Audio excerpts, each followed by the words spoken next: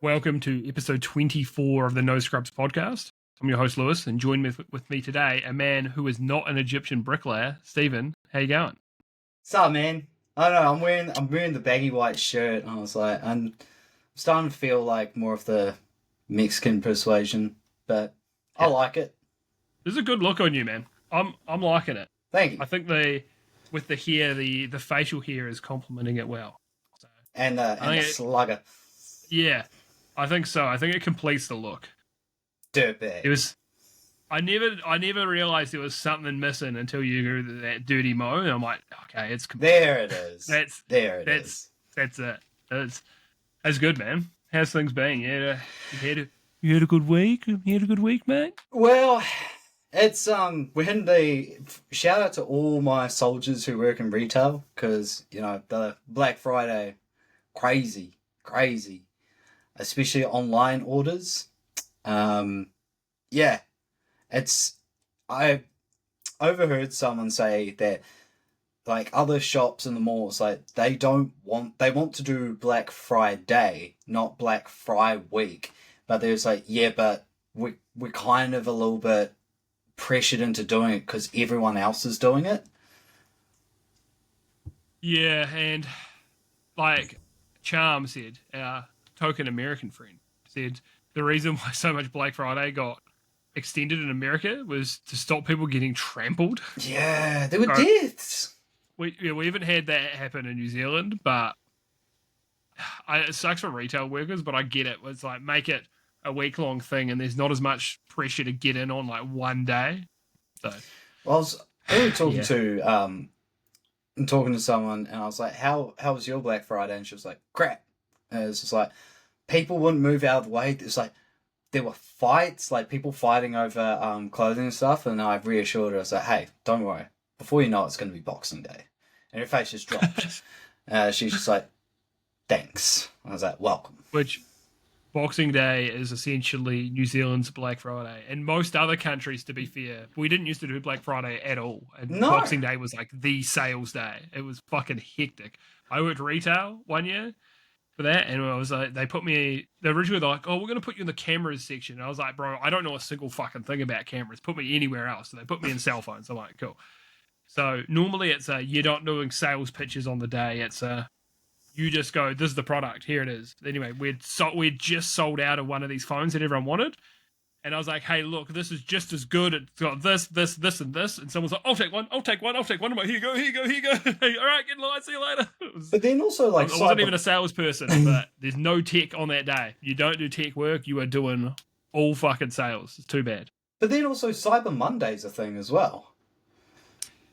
Yeah, but I think historically the deals were only in store, and then they did Cyber Monday as the online. Now all the deals are also online, so it doesn't really need to exist. No. How are you? So, in the world of gaming. Oh, never mind it. Yeah. Oh, sorry. I asked how you were. Oh, sorry. I missed it. I think my headphones went quiet. Yeah, I'm fine. I'm same old. I wasn't trying to avoid the question, but it would have been funny if I just said, "Moving on." So the price of the PlayStation's going up. Yeah, it's the best transition. Yeah, no, it's been a week. It's been, other than some dog dramas, other than that, it's been a fairly unremarkable week.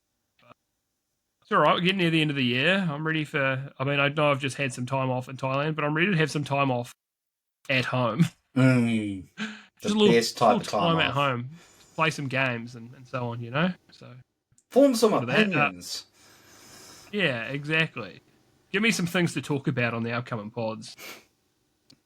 So this one I found funny because Bethesda have essentially released a bug-fixing roadmap for Fallout 4 Anniversary Edition. Now, some people have got content roadmaps. Hey, we're going to add all this shit. You're like, oh, okay, well, I don't love these roadmaps, but, cool that you're going to be doing this stuff. They're like, yeah, we're going to fix some things, and here's a roadmap for you. What are we doing, bro? What are we fucking doing?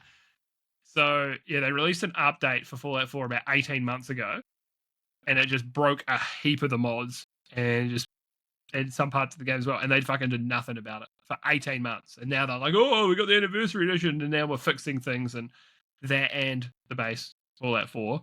It's just like, it's just unacceptable to be doing shit like that. Here's an update, and then let it sit for 18 months. You know, like, god damn. And now they're trying to charge more for this anniversary edition as well. I get roadmaps for, say, crowdfunded stretch goals, or a game that's game on Steam that's in early development, and it's just like, we're hoping to implement this by this year. It's like, yeah, you're an early access game, understandable, but for when was Fallout 4 released? 2015. Brother. Yeah. Putting out a roadmap for a 10-year-old game for shit you broke. That's just fucking bizarre. Just release an HD port. I've always been fairly critical of Bethesda, so it comes to no surprise, because the shit like this that they've kind of, not to this level, but they've always done. And I was a Skyrim enjoyer back in the day. You know, when it came out, there was nothing like it. It was just the exploration and everything, just incredible. Over time, I'm not as hot on it. I still think it did things amazing for the time, but I just realized I go back to it, I was like, man, this is so stiff. And you know, so I've always been critical of them, and that's, you know, Bethesda. What are they called? What's the studio called? Is it Bethesda GameWorks? Whatever. The main team, not the publisher, not the guys that publish Doom, because id makes Doom. I want to be clear. The main Bethesda team that makes Fallout and Elder Scrolls, not Elder Scrolls Online, because that's also a different team. So yeah, just. I don't think they're a massive team, all things considered. I think it's like a bit over 100 people for the scale of game they make. It's just not particularly big, but they make so much money. It's like, if that's a problem, hire more people. I forgot that they had an MMO. Yeah, apparently it's gotten pretty good. Like people really enjoy it. I never thought the lore in Elder Scrolls was good enough for like an MMO. Like Warcraft, like World of Warcraft is very lore rich. There's so many games that feel like they've got better lore, and maybe the lore's gotten much better because they've had to. I think there's still interesting things that can be done in that world anyway. So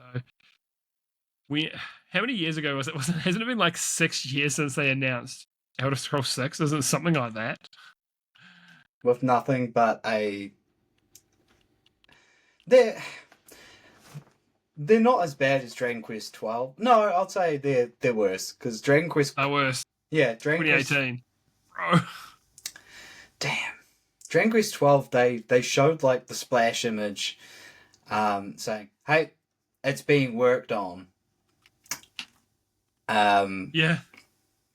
And sometimes as well, sometimes you've got to, like, that it's 4D chess, right? So it could have been an argument that they were being courted by Microsoft, you know, maybe around that time, and they wanted to up their value to be like, look, we're working on Elder Scrolls 6 or entering pre-production 2006. What am I saying? 2018.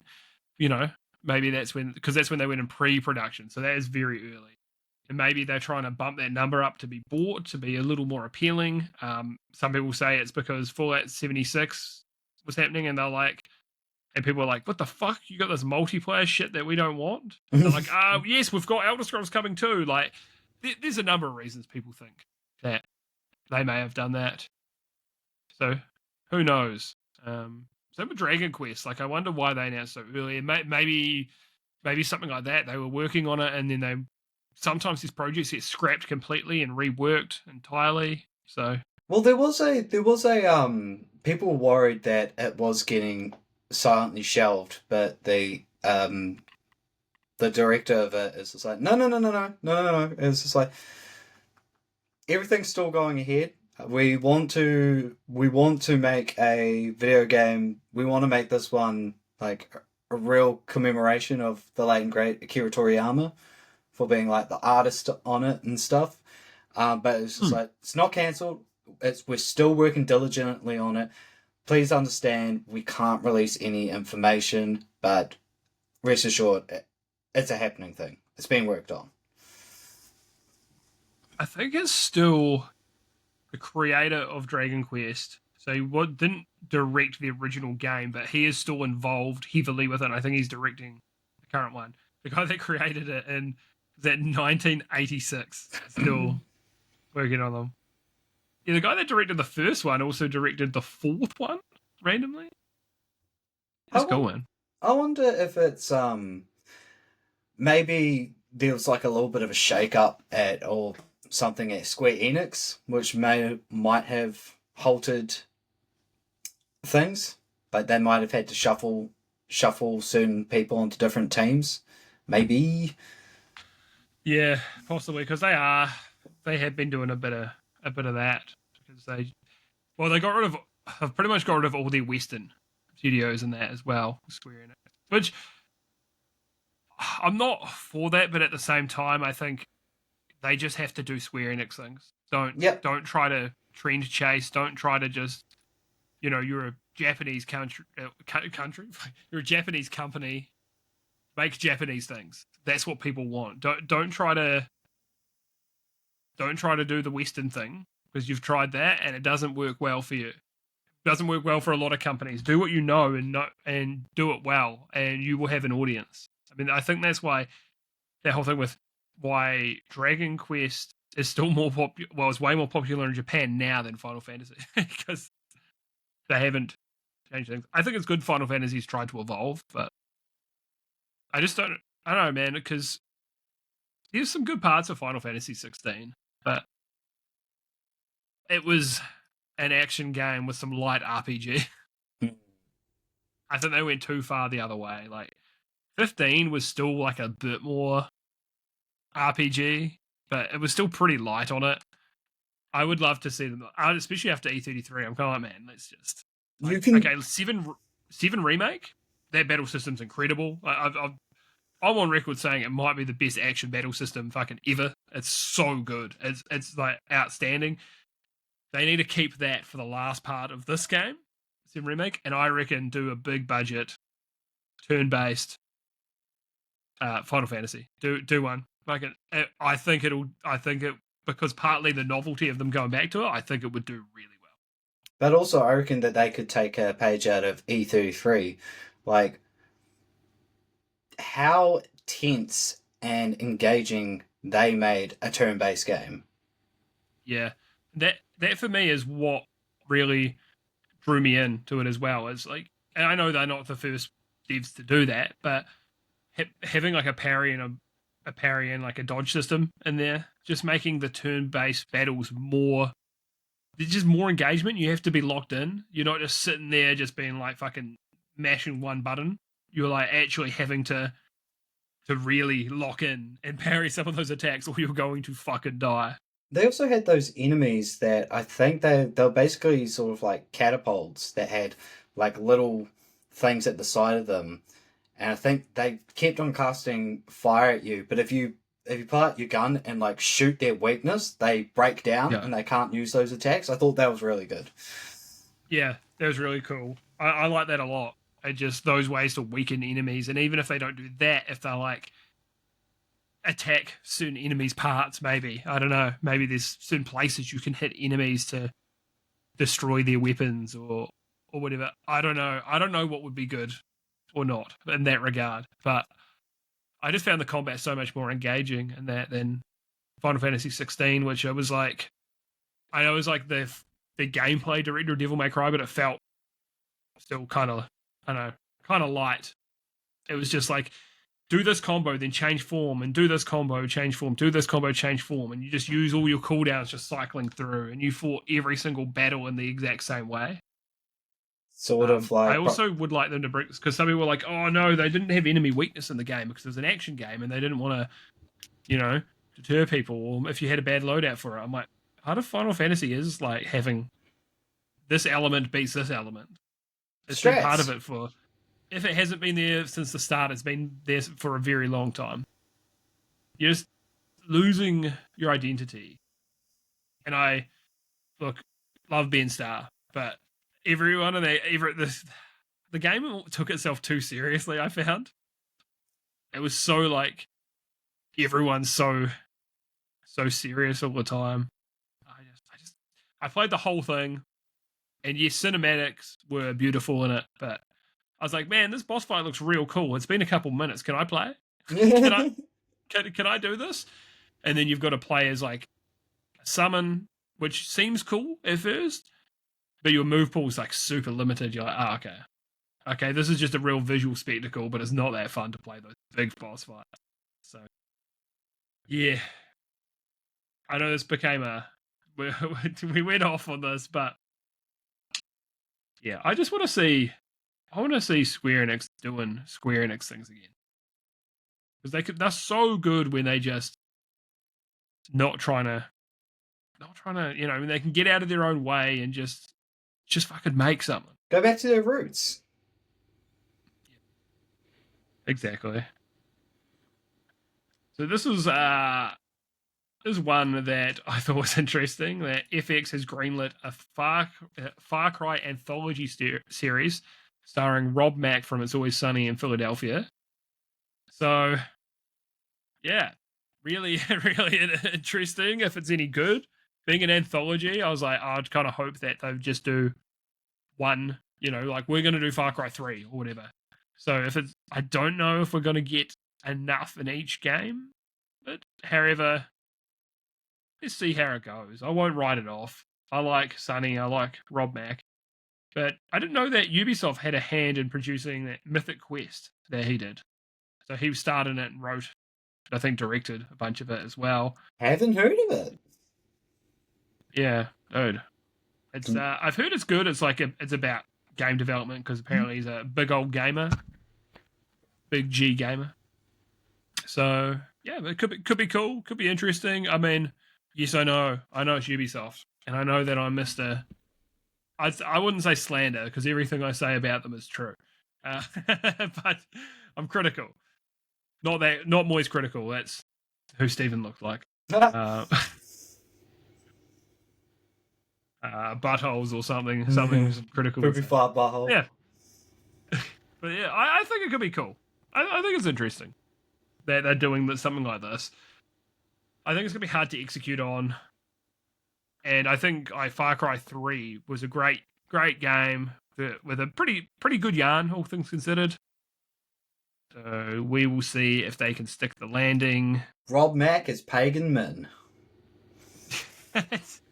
I was telling one of my workmates about that whole thing today. Slight spoilers for Far Cry 4. It's pretty common knowledge. Like at the start of it, how Pagan Min's like, you're having like dinner with him, and he's like, okay, well, I'm gonna go get this, and then I'm gonna come back, and then we're gonna go do this thing. And you're just sitting there at the table, and then the idea is you get up and run out of there, right? That's the whole thing, and the game starts. But if you just sit at the table, he eventually comes back, and you get on the helicopter with him, and the credits roll. So that's pretty fun. I like stuff like that. This one, dude, I realize I'm going to say everything's interesting, but there's a Death Stranding anime that's coming out on Disney Plus. I'm keen for this, man. Because you don't have to play it. Thank God. I don't want this to be so negative, but yeah, when I put that like 5 hours in, those first couple of hours, I was like, this is insane. This is so good. I don't know what's happening. I need to know more. And then I spent 3 hours just doing courier deliveries, and I'm like, oh, I'm fucking over this. I just can't do that. There's so many other games I could be playing. And I couldn't just spend 3 hours working for fucking NZ Post. It's not what I signed up for. So I know maybe if I stuck with it, I might have seen more of that, but hopefully the anime can cover a good chunk of the game, and then I can just watch that instead, because I'm interested. I think I said I don't want to be negative, but I think Hideo Kojima's storytelling is very heavy-handed, which I don't like about having like Death Stranding 1 ending with like an hour-and-a-half cutscene. Like you don't need to do that. It's not a movie. Like Metal Gear Solid 4, it's like, I feel like there's so much of it thinking your audience is stupid because you have to tell them and show them everything. And he loves cinema, so he wants to make it all cinematic. But I'm like, man, What's the I term? just need a little less. Loves is it exposition dump? Yeah, yeah. And I get it as well. You want to answer questions and so on. But just, it's too much for me. So many people love it and keep doing that because that's what your fans love. But I think that will work better for me in an anime than in a game because I know what to expect. I don't have to put the controller down for an hour and a half while this whole fucking movie plays. You know, I play a game to play them. I hate it when there's like a closing cutscene or there's a important cutscene that's quite lengthy, especially if you decide to play a game before winding down for bed, and it's like, fuck, I just want to go to bed, but also I feel like I'm gonna miss important context if I skip this. Yeah, so you're just gonna be like, okay, I'm gonna wait up a bit longer. Yeah, and I did think a little bit of environmental storytelling and stuff. I'm not saying he should go full From Software and it's like, we're going to tell you nothing. Read the item descriptions. I'm not saying do that, but be in the middle, you know? Maybe a 45-minute cutscene. It's still egregious. Yes, but I understand it's just, he's not making games for me. But yeah, I want to watch this anime. I think it's something I will watch. But speaking of game adaptations into anime, I never watched Cyberpunk Edgerunners, and apparently that was fucking awesome. So I should watch that. But Cyberpunk 2077 sold over 35 million copies. Fucking massive. And their sequel's currently got 135 devs on it.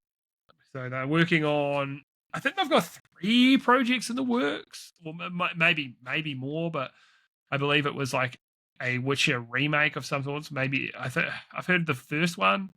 The other one was, of course, the Witcher 4 and Cyberpunk 2077 sequel, which I think they just called Cyberpunk 2. So having 135 devs on that, it's pretty sizable, and that's not going to be the full team because they've got a bunch of people on The Witcher. So yeah, I mean they're really. I think they've seen.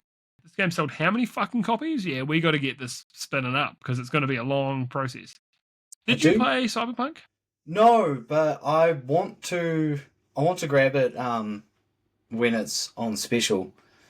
I saw it was on special, but I was just like, you can go lower. Yeah, no, that's fair. It's because I thought it's a big commitment as well. I also didn't think I'd like first person Western RPGs, but then like I had a alright time with Outer Worlds 2. I was like, yeah, I can appreciate this style of game. Yeah, man. I put 32 hours in, and I just got a bit side quest overloaded by the end of it. This was also before they did the massive like revamp of the game, and I found I was like, I got a little sick of the gameplay loop after 30 hours. It was just I was like, okay, I go here, I go into this, I shoot these people, I get out. Okay, I go here and I loot this thing, I kill these people, and I was like, okay, I get it. And then I upgraded my fists, and I was like, I'm going to do some missions with only going in and just punching everyone to death. But the side quests and stuff are like really, really well written. They feel like they're worth your time. It's like either they are like really good side quests, or sometimes they're funny, like a guy who's burnt his dick in like a what would you call it? Some kind of masturbation machine. Some kind of masturbation station. And you've got to go like take him somewhere to get medical attention, and it's just like really silly. The dialogue's really funny, So there's a heap of good stuff in there, and I do need to pick it up again, even if I just play through the story. But yeah, it is a good game. And it's much better now than it was on launch, even though it was actually good on PC. But they had perks there were like, I think there were 2 perks in the skill tree that didn't actually work because they removed content.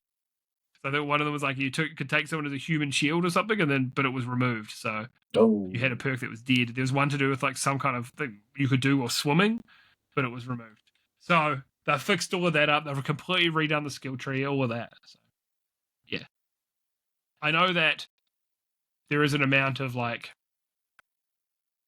a dev comes and fixes their game that was, it was broken on console to be fair, but and we're like, yeah, well done, you fixed the thing that should have just worked out the gate, but they could have also left it for 18 months after an update broke everything.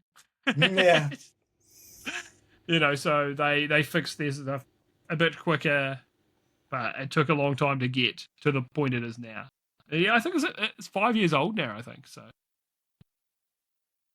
yeah, so 35 million copies. It's been, big success for them. And I think it's maybe their first self-published. So,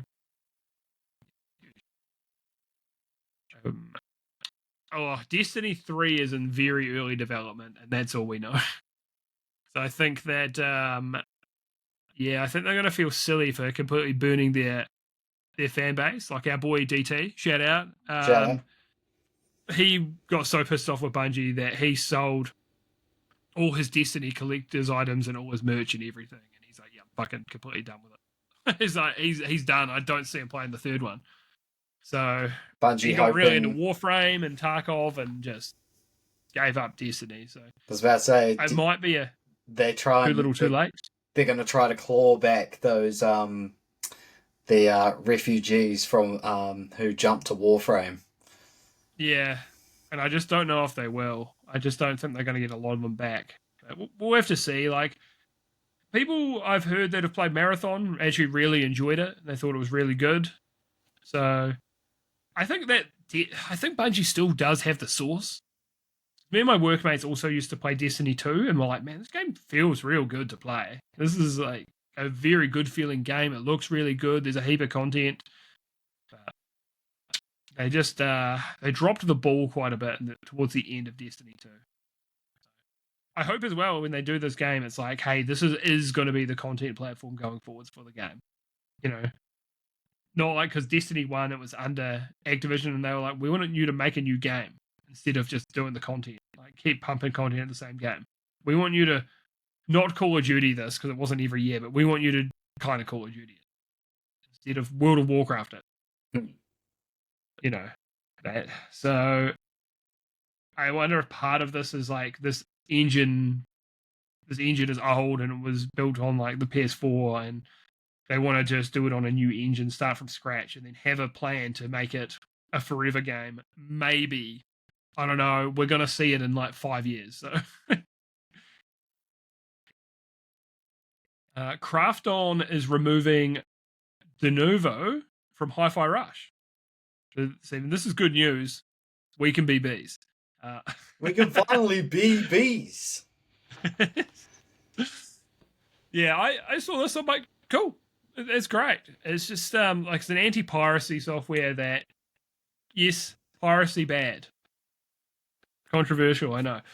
However, it makes games often run like crap. There's been times where people are like, this game runs like shit with Denuvo. I think, you know what one of those games was actually? Dragon's Dogma 2. People are like, this runs like shit with Denuvo. If you pirate the game, you get better performance. And people were like, I'm going to pirate the game so I can have a better experience than the people that paid for it. Don't put yourself in that position, especially if the game's been out for a while and it's been cracked. Just get rid of it. Get rid of Denuvo. You will end up getting people that will start buying the game out of principle. I thought Denuvo was just there to protect like launch sales. Generally, like sometimes they leave them, and I completely understand on launch as well, having it, because it's very difficult to crack, and that's when you are going to get the bulk of your sales. Like, yes, there are some teams like historically Remedy were really good at getting a lot of sales on the tail end, more than a lot of devs or studios, I should say. But yeah, piracy bad, but also Denuvo also bad.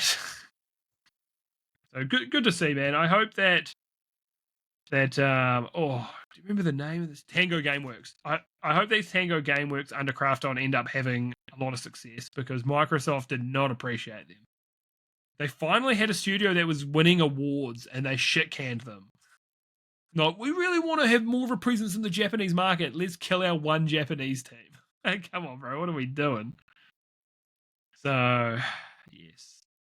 I know as well, like, yes, businesses need to make money, but sometimes you might want to have a team that's getting some prestige for you, and Microsoft or Xbox publishing can look good instead of publishing a bunch of shit that never wins awards. Oh, but Hellblade 2 won Best Performance. It's like, yeah, but how was the game? Oh, don't talk about that. Don't talk Walking about that. Sim. Yeah. Yep. Oh man. I'm hoping things get a little more positive as we go down this list. I've actually got one that's positive that will surprise you. Oh. It sounded like I'm doing a clickbait ad. Here's a list of positive things. Number 5 will surprise you. Yeah. Here's also a positive. Helldivers 2 file size has gone down from 154 gig, which, look, I love Helldivers, but that's too fucking big. I didn't realize it was that big. To 23 gigs with the help from Nixxes. So Nixxes is the Sony PlayStation port house that just ports games to PC generally. That's their thing, which was a really good acquisition by Sony to bring that team in so they can port more games to PC. So, yeah, that's fucking awesome. That's great. Do help Call of Duty next. Help Activision because Call of Duty is absurdly big. But Helldivers 2 should have never been 154 gigs. No.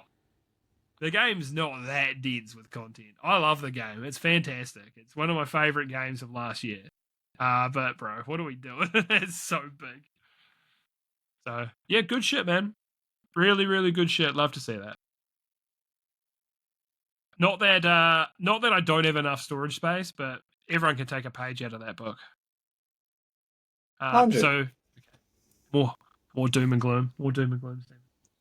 Memory pricing skyrocketed as OpenAI has bought 40% of the world's RAM to power their AI data service.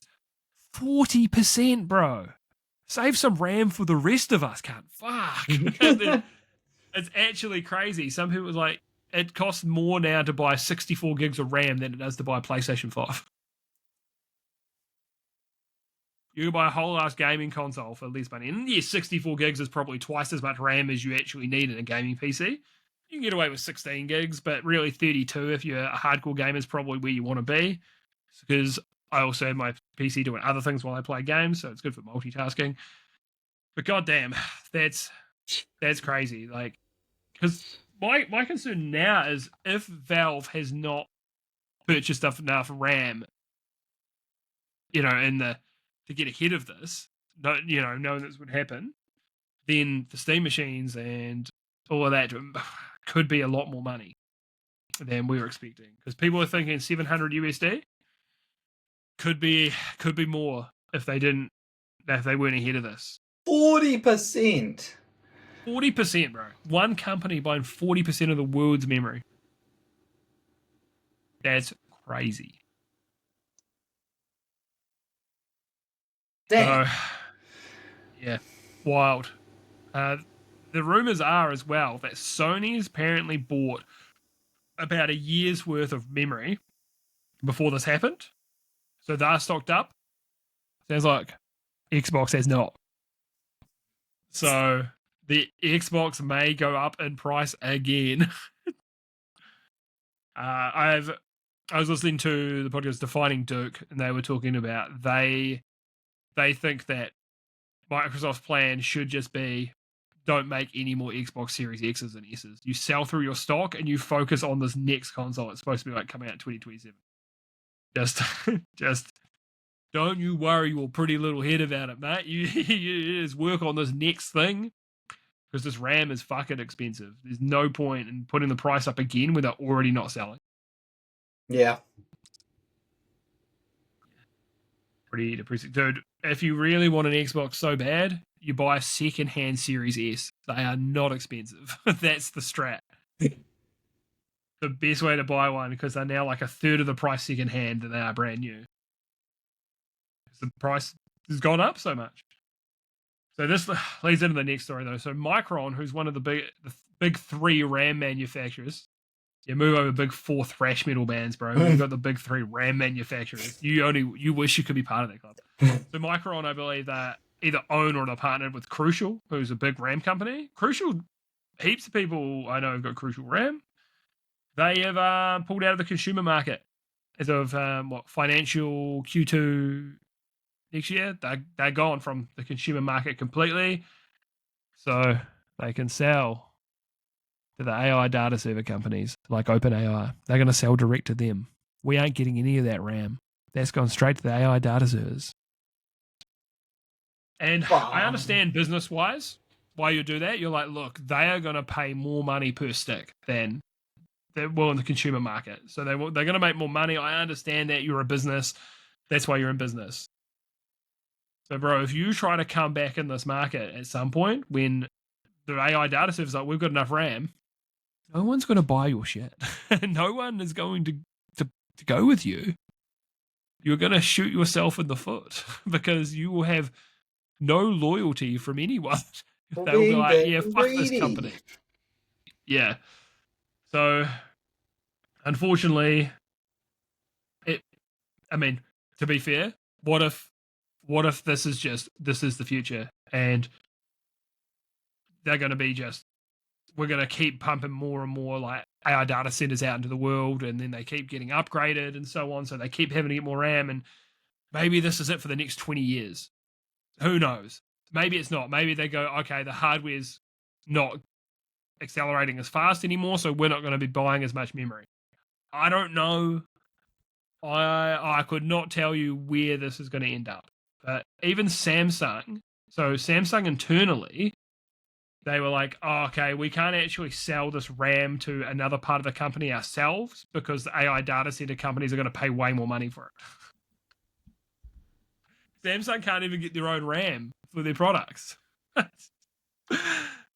And I understand that as well, business-wise. You sell it to who makes the most money, but that's pretty depressing. It's pretty funny, though. Yeah. So I'm not... We've said before, we're not anti-AI people either. No. You know, a lot of people are, and I get it as well. Completely valid opinion. I completely understand. But, man, this fucking sucks. One of my workmates, he was about to be building a new PC. RAM spikes got up. He's like, guess I'm not building a PC anymore. He's holding off. He's just going to make do with what he's got and wait. Whether it's a year or 2 years, he's just going to wait. He's like, I'm not spending money on that amount of money on it. It's going to cost him for his PC about an extra $600. It's all up. He's like, I ain't doing it. That's a lot of money. It's 600 New Zealand as well. That's having principles. That's like 10 American dollars, but the currency's not that weak. Okay, it's not that weak. So probably at a guess, maybe. Okay, I'm gonna guess around 400 USD. Let's see, 600 USD.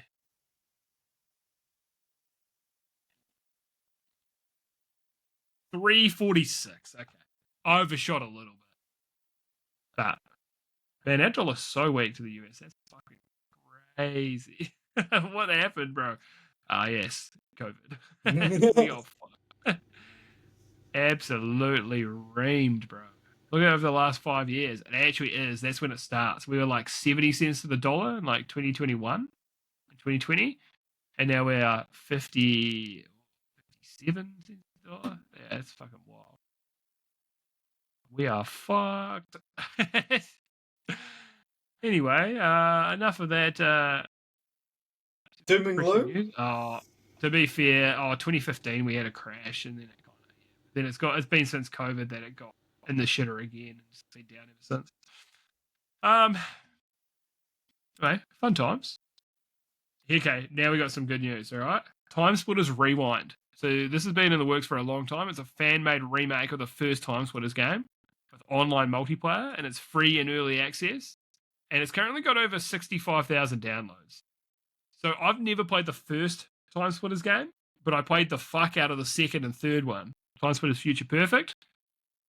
And the aiming in the second one was I think it was pretty early days of the PS2, and there was still a bit of like almost like rare kind of like GoldenEye kind of aiming in it, and it was a bit rough. And then Future Perfect, you're like, oh, this is it. We're fucking jamming right now. So, did you ever play Time Splitters? No. All right.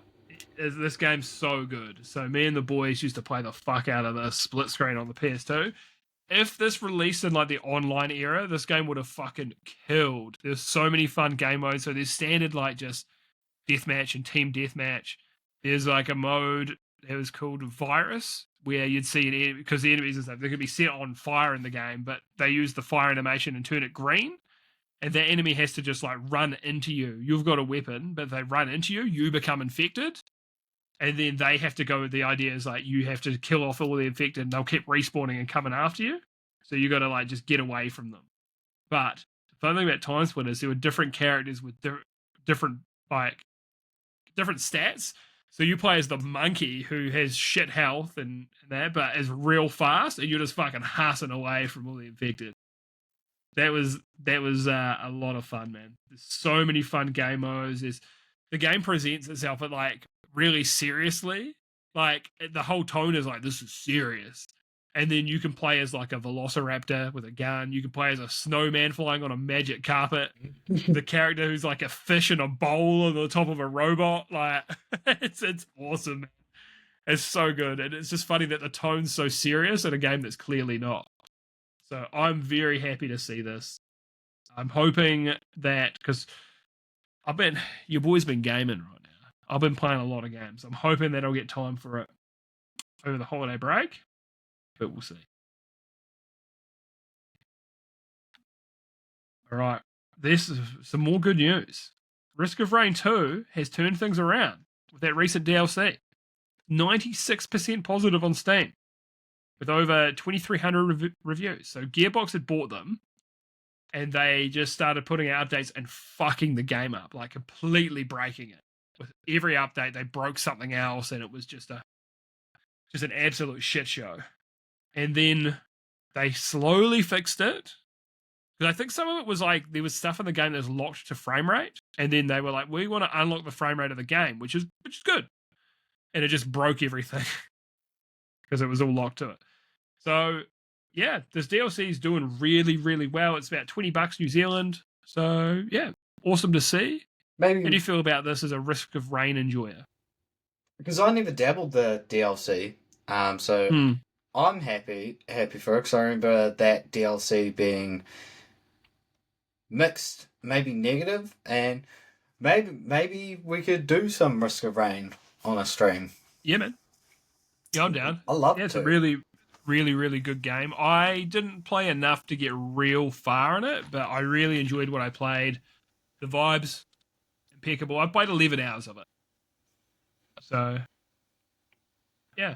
I think, though, this DLC they've got is a new one. So there was a DLC previously, and then there's a new one now. It's just come out. So. We'll give it a crack. Yeah. I mean, we'll play Risk of Rain 2 regardless, I hope. You know, I did want to say one more thing. So just a Gearbox, yeah, fuck Randy Pitchford. But no, really cool to see. Keep thriving. Risk of Rain 2. So Quentin Tarantino has finally directed the missing chapter of Kill Bill. They never made it into the final film. So it's a short film titled Yuki's Revenge, and I think it's out now in Fortnite. What the fuck? Why did anyone kill Bill in Fortnite? It's fucking crazy, man. That's actually absurd. The guy who's like such a film guy, not just a director. He used to work at a video store, and he was such a fucking film nerd. And I've heard him on podcasts. Like, he is also like possibly the most autistic man alive. He's like, I like feet. That too. He loves them. Dude, we got to clip that. We have to clip that of you saying that line. That is so good out of context. Yeah, but he also I can't remember, maybe it was Pulp Fiction or another movie. He's like, he decides to put do a role in the movie. I'm pretty sure he drops the N-word. Yeah, he did. Yeah. Yeah, and people are like, yeah, it was an unnecessary N-word as well. The guy who was talking about wasn't even black. Oh, what the fuck? I don't know. Fortnite. I can't actually remember. I remember it was like dead N-word storage. This isn't dead N-word storage. The guy might have been black. I can't remember. But wild shit. I think though as well, like the way he sees it with films is like, these are the characters. This is how this character speaks. That's how he is. But yes, he also put himself in a role where he got feet in his face from a woman. So you know. Did you hear it was Maya Hawke, she's in Stranger Things, and she's the daughter of Ethan Hawke and Uma Thurman, and she was doing a project with Quentin Tarantino, or I think that was the case. She is, or was like saying she was going to do one or something. And she like asked my mum, it was like, what's one piece of advice for working with Quentin Tarantino? And she was like, keep your shoes on. Yeah, pretty funny, but. He is great. He is a great director. And like I say, the most autistic man alive. I mean that as the highest compliment. He clearly does not tick like everyone else. I mean, probably ticks a little like us, to be fair. But yeah, man, it's I can't believe he put this in Fortnite because he seems like he'd be such like a cinema purist. Yeah, you know, unless Epic Games gave him a sweet bag for it. They probably did, to be fair. I imagine they pay pretty fucking well with how much money they're making off Fortnite. You know, love or hate Fortnite, you can't deny, man, they have absolutely killed it. They are culturally relevant. Yeah, it's crazy. I was talking to one of my workmates the other day about how what's going to be things like from today that people are going to talk about in 100 years. And he's kind of like, no, they'll talk about all of this. They'll talk about TikTok, and they'll talk about Facebook and stuff. And I'm like, I don't know how many of these are here to stay permanently, right? I was like, people are going to talk about Vine in 100 years? Probably not. Like, people are going to talk about MySpace? Probably not. Like, we talk about it now because it's happened in our lifetime. So we're like super aware of these things happening. Yeah, even stuff like the VHS versus Betamax is not quite my lifetime, but it's not far off because I grew up with videos.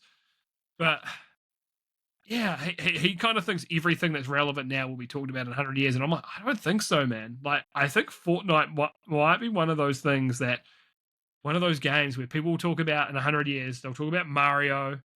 They'll talk about Seinfeld. Zelda. They'll talk about Minecraft. They'll talk about the Seinfeld Mugen fighter. They'll talk about Fortnite, but there's going to be like only a handful. Like a game to me that's I find super iconic, like Crash Bandicoot. I love Crash Bandicoot. I don't think they're going to talk about Crash Bandicoot in 100 years. You know? And if they do talk about it, it's going to be maybe Crash Team Racing. Oh, dude, they're like the best kart racer ever made. Hell yeah! They'll be like, oh, followed by Garfield Kart. They're just like dusting off a relic, and it's just like, oh, it's like, sorry, not the. I mean, like the actual. That's what I was thinking. Like, what's this? And then there's that the grandpa like, sit down, you little bitch. I'm going to tell you a story. It's like it looks like some sort of mascot racer. He's having a PTSD flashback. The granddad as that music's playing through his head. I love Crash Team Racing, man. That remake was so good, but then when they were like, hey, here's the game, here it is. 2 weeks later, after the reviews are in, here's all the microtransactions, fuck you. Slimy move, but it was a fantastic remake. And they gave us all the Nitro Kart maps later for free. That's good.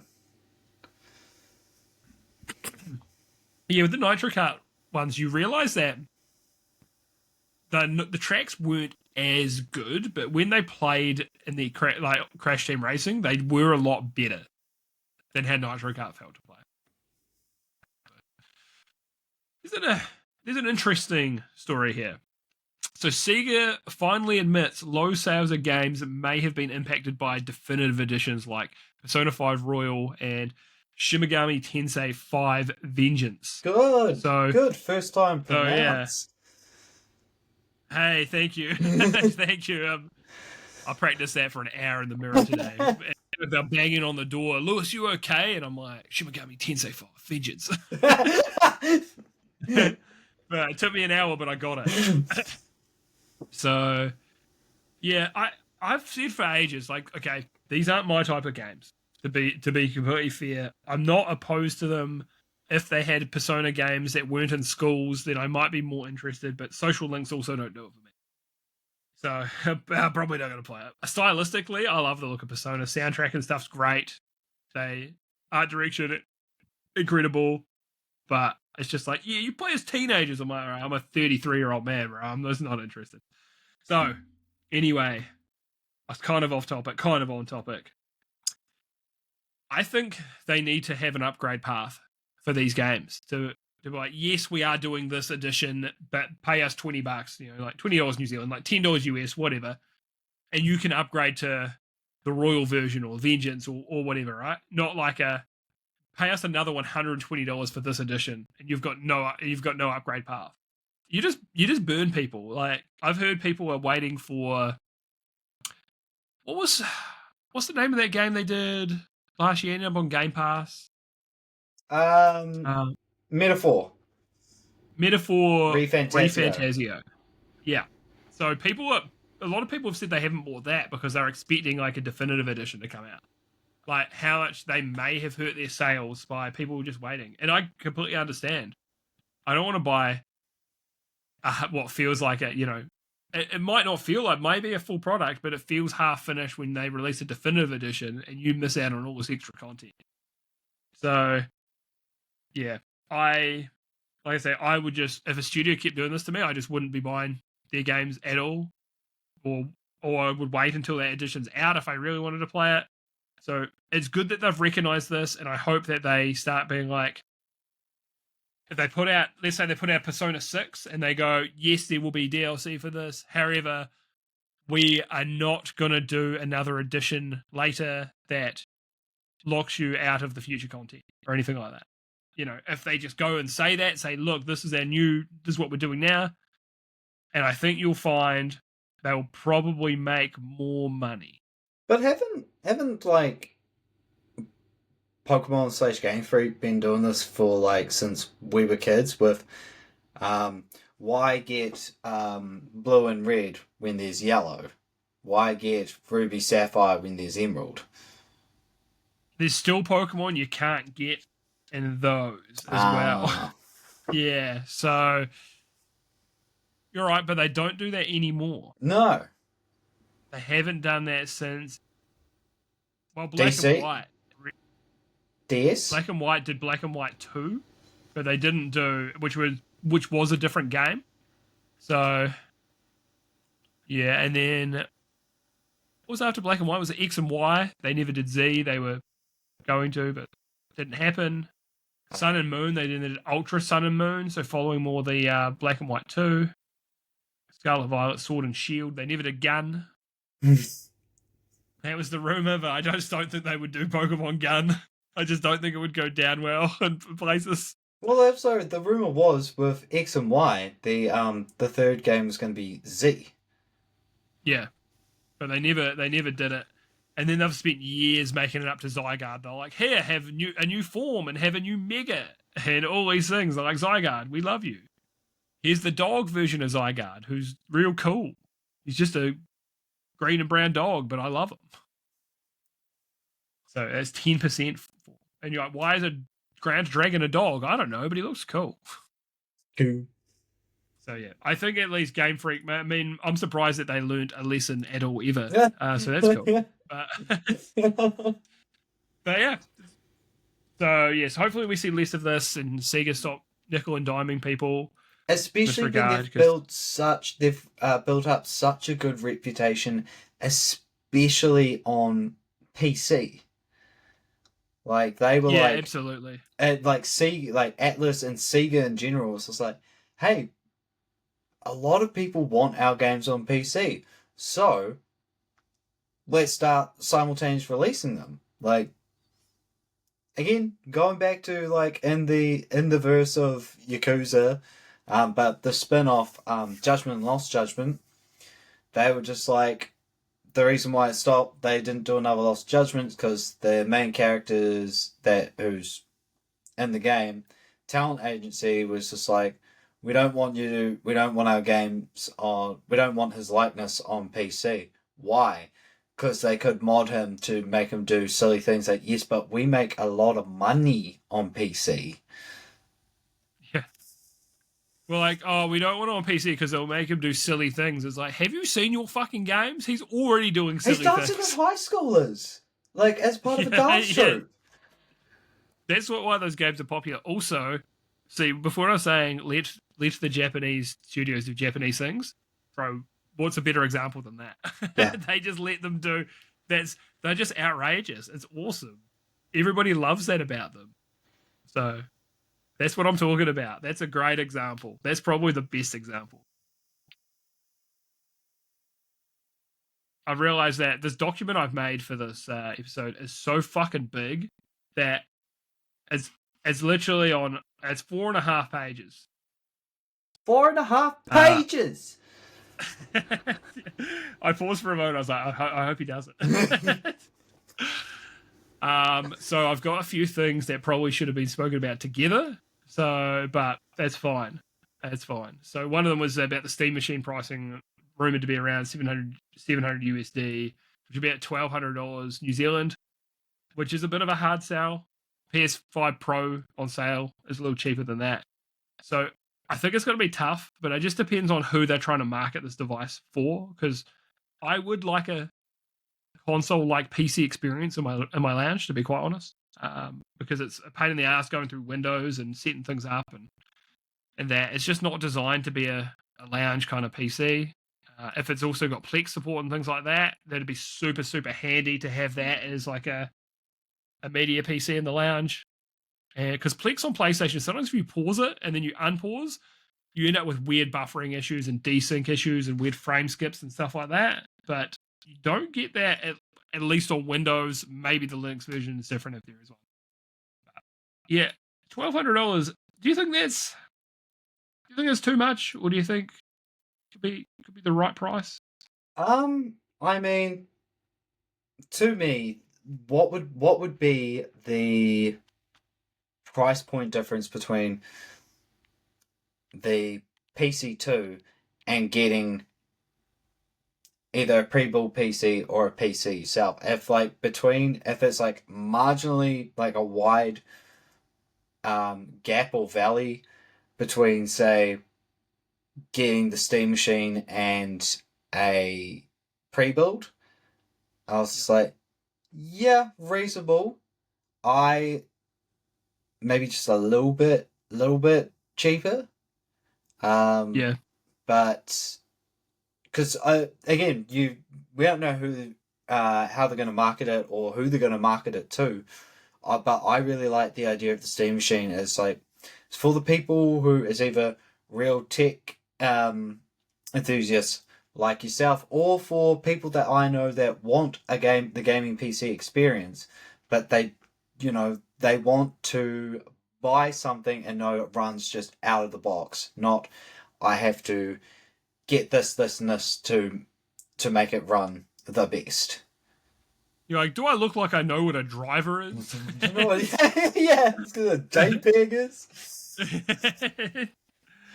Yeah, so it would be nice, bit cheaper. So it's like, because people are going to be spending like close to $1,000 on consoles, like maybe minus a couple $100. Like, I don't know. I just would really like this to be affordable, but nice stepping stone for people, or like an opportunity to bridge that gap from people who are exclusively console to give them that PC experience. Because as someone for the longest time who only did had a when I was younger, had a PS3, PS4, and then when I got a computer, I was just like, I understand the PC Master Race memes now. Yeah. So absolutely, the flexibility of PC gaming is unmatched. Like, because people are like, well, I don't want to play on a keyboard and mouse. It's like, that's great, bro, because every fucking controller works on this. Yeah. You want to use a PlayStation controller to play Tekken? Great, you can. You want to use an Xbox controller to play Call of Duty, great, you can. It all just works. Like, you want to use keyboard and mouse, great, that's an option. You just have so many more options. You got a fight stick from 10 years ago that doesn't work on current consoles. Yeah, plug it into your PC, it'll fucking work. Like, there's so much more flexibility on it. You've got mods and stuff. It is more expensive and it's more fucking around. So that, if I completely understand why that's not appealing to some people, but I'm a weirdo and I love tinkering. Like, I got that Bloodborne the Bloodborne PC version working. I spent all that time getting it working. I booted it up, played it for 10 minutes. I'm like, hell yeah, that works. And then I stopped because I was like, I played through this before. I just wanted to get it working. I like tinkering. Activate the almonds. Yeah. And just having a look, I'm like, man, what's the cheapest you can get a PlayStation 5 for? $604 for the slim, no disk drive version. A slim digi? It could be literally, slim digi. That could be half the price of the Steam machine. And for slightly better performance on the PS5, is what they're saying so far. That would be a pretty hard sell, to be fair, at that price. I'm an idiot. I might still buy one. If they sell them here, which they're not currently going to sell them in New Zealand. It'd be nice to replace. I've got a big desktop in the lounge half the time, and this would make it much easier. I've got such a big Steam library that it would benefit me to have it. I've got an absurd amount of games, so this is the shared library. I do have an obscene amount of games, but there's 3,613 games that I could play right now if I wanted to. So, yeah. And the ability to just do it in your lounge, just wearing nothing but your favorite FromSoft shirt, and then your drawers. Exactly, the dream. So, yeah, we will see. I feel like that price is probably not competitive enough, but who knows, man? Who knows? Valve are the kind of guys that I feel like would give you real benchmarks or even undersell them. I don't think they're like going to be like going to overestimate what it's capable of. This is also more powerful than about 75% of Steam users' PCs. So it's in the top 25%, which, yes, my PC is more powerful than that. But just, we will see. And also Steam Decks, they sell pretty well. So yeah, how many Steam Decks have sold? I think the number was it? Let me put up. Let's see, because estimated. Oh, that's higher than I thought. Estimated approximately 8 million units. That's really good. Okay, yeah, especially because Valve, yes, they make a lot of money, but they're not like big like PlayStation in terms of like the market, like presence. Like, they don't do hardware historically. How many PS5s have sold so far though? So this though puts it into comparison. Approximately 8 million Steam Decks versus 84 million PS5s. So, yes, they're a very different thing. It's a bit more of a niche, but also, PlayStation has been in that market for quite some time. They have been. They're a household name, literally. Yeah. Yeah, so, yeah, I think it's good, though. This is Valve's. Yes, they've done, like, a little bit of hardware, and they've done the Steam Link and things like that, and there were the old Steam machines that were not actually them making the hardware. There was, like, the Alienware one, but this is their first real push into serious hardware with the Steam Deck. So 8 million units sold is actually pretty good, to be honest. Yeah, because they're not going to beat the Switch, and I don't think they're trying to. Nah. Tim Sweeney thinks Steam should stop labeling games as being made with AI. So Steam will tell you if a game's made with AI, and he said, is nearly all future productions will use it. How do you feel about that? I think it's as useful as when you play a game and it has contains sexual content, and it's just like good to know. Anyway, Yeah. so Yeah. it's like, yeah, I think so too.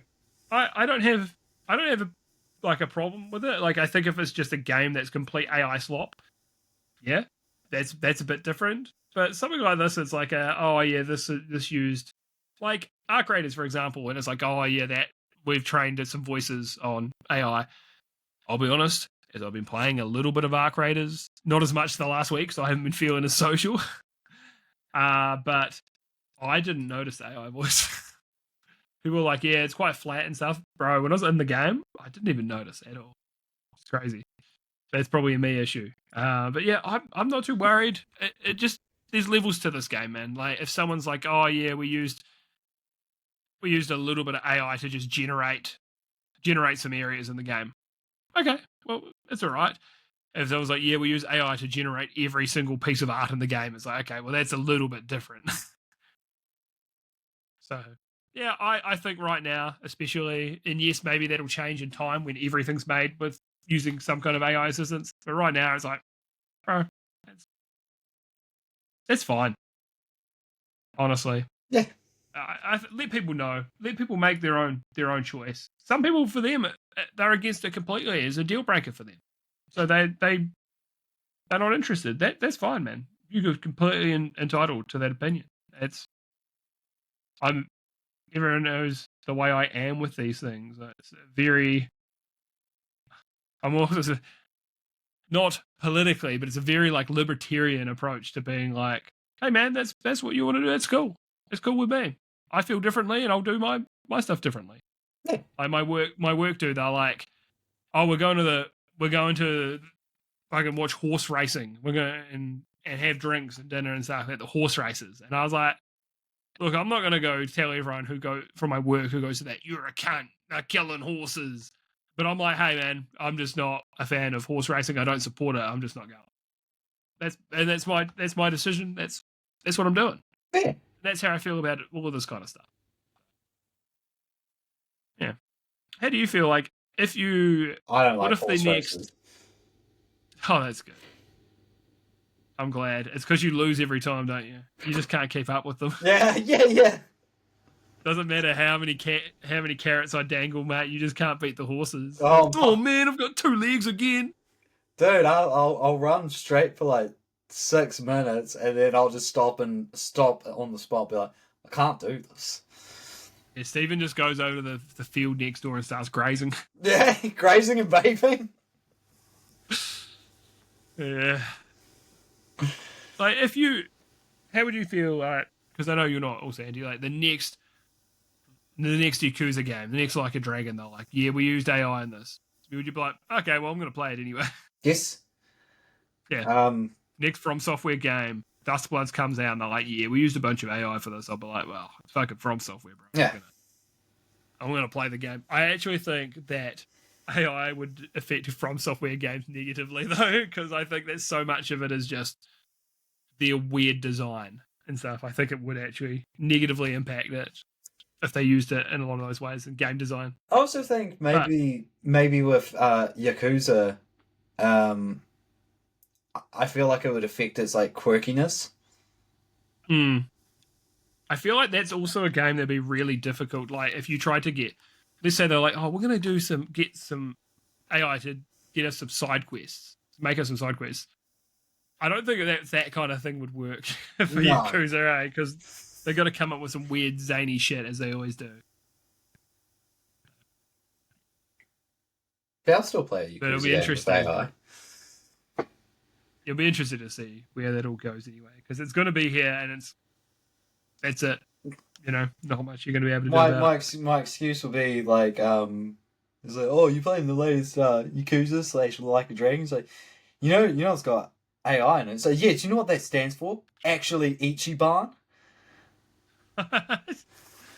Imagine that they advertise the game as like it's got AI in it. Yeah. And it's like no, and then it rolls up at the start of the game and it's actually Ichiban, but the damage has been done and people are just not interested. And then they interview the director. And it's like, we didn't recover from it. It's like, it was funny though. worth. Yeah, worth. So there's an interview with From Software, and they've said that they've spent more time honing the Duskbloods gameplay than any other title in their history. So this is interesting because this is a game that's coming out on the Switch too. Doesn't mean they've spent more time on development as a whole. I imagine Elden Ring would still take that title for them, but yeah, they're really trying to tighten up the gameplay on this. So I'm super interested to see what they're doing because I feel like we're gonna have issues though because their netcode historically fucking sucks. This is my favorite team ever. And their netcode, their online play is fucking rubbish, and it's on the Switch too, which half the cunts are going to be playing it on Wi-Fi. I'm a little worried for that side. Hoping there's an offline mode as well. But yes, but the gameplay, that shit's gonna rule. That's gonna be so good. They're already like the gameplay team, you know. It's what they do, it's what they know. So yeah, I'm pumped, man. Hell yeah. Should be coming out next year. I think we're gonna get a little glimpse of that at the Game Awards. So yeah. This one is a fun one. So E33 and Dispatch are both made of teams of ex-Ubisoft devs. Should the others start jumping ship? Is it time? And yes, they're not all Ubisoft devs involved in these projects. Not every single one of them. I think E33 was like 10 people, so close to a third of the team. I think it shows that there is a lot of talent at Ubisoft, and they're either hindered by management or the projects that Ubisoft puts them on. Bro, I want to see more of these teams emerge. They've got so many people in these teams as well. The best people. Ubisoft's a sinking ship, mate. Just fucking jump ship. Get one of these people who've made a bunch of money to start their own studio and make some cool shit. They'll be like, it's working fucking well right now. They'll be like, someone's just like, oh, Far Cry will be there for Far Cry and Assassin's Creed will be there forever. It's like, come back, come with us, join us. We're gonna do a passion project and make a game you actually want to make. Yeah, absolutely. So it's been cool to see, at least, like, as I have Ubisoft, everyone knows that I am the Ubisoft, once again, not slanderer, telling the truth.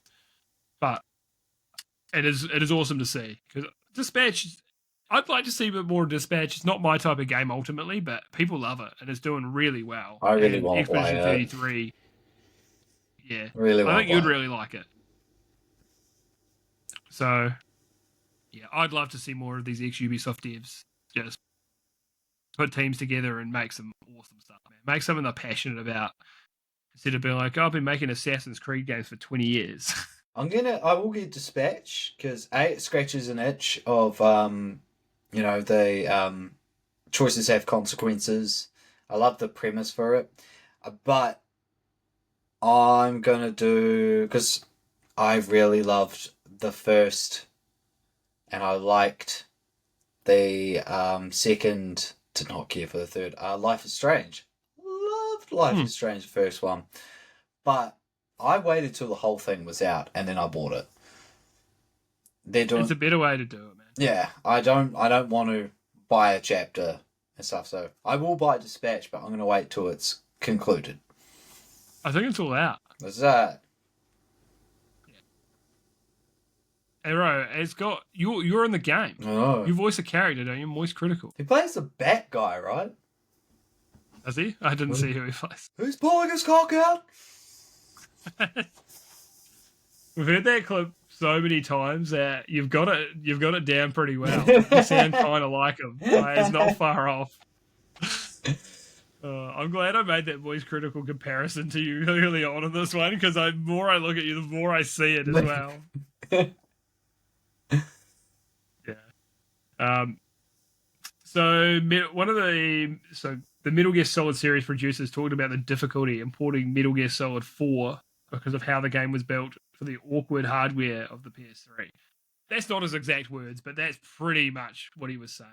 So I hope, though, they could crack the code on all of these games, because I know it's like the cell processor of the PS3, and it had a heap of processors, and the reason it's also really difficult to emulate is that everybody developed games differently on the PS3, using different parts of it, using different cores for different things. So it's not as easy as here's an emulator and just slap a game in and it works. Every single game needs to be like specifically, they have to figure it out and reverse engineer how it worked to then be able to bring it over. So yeah, very difficult to emulate because of that.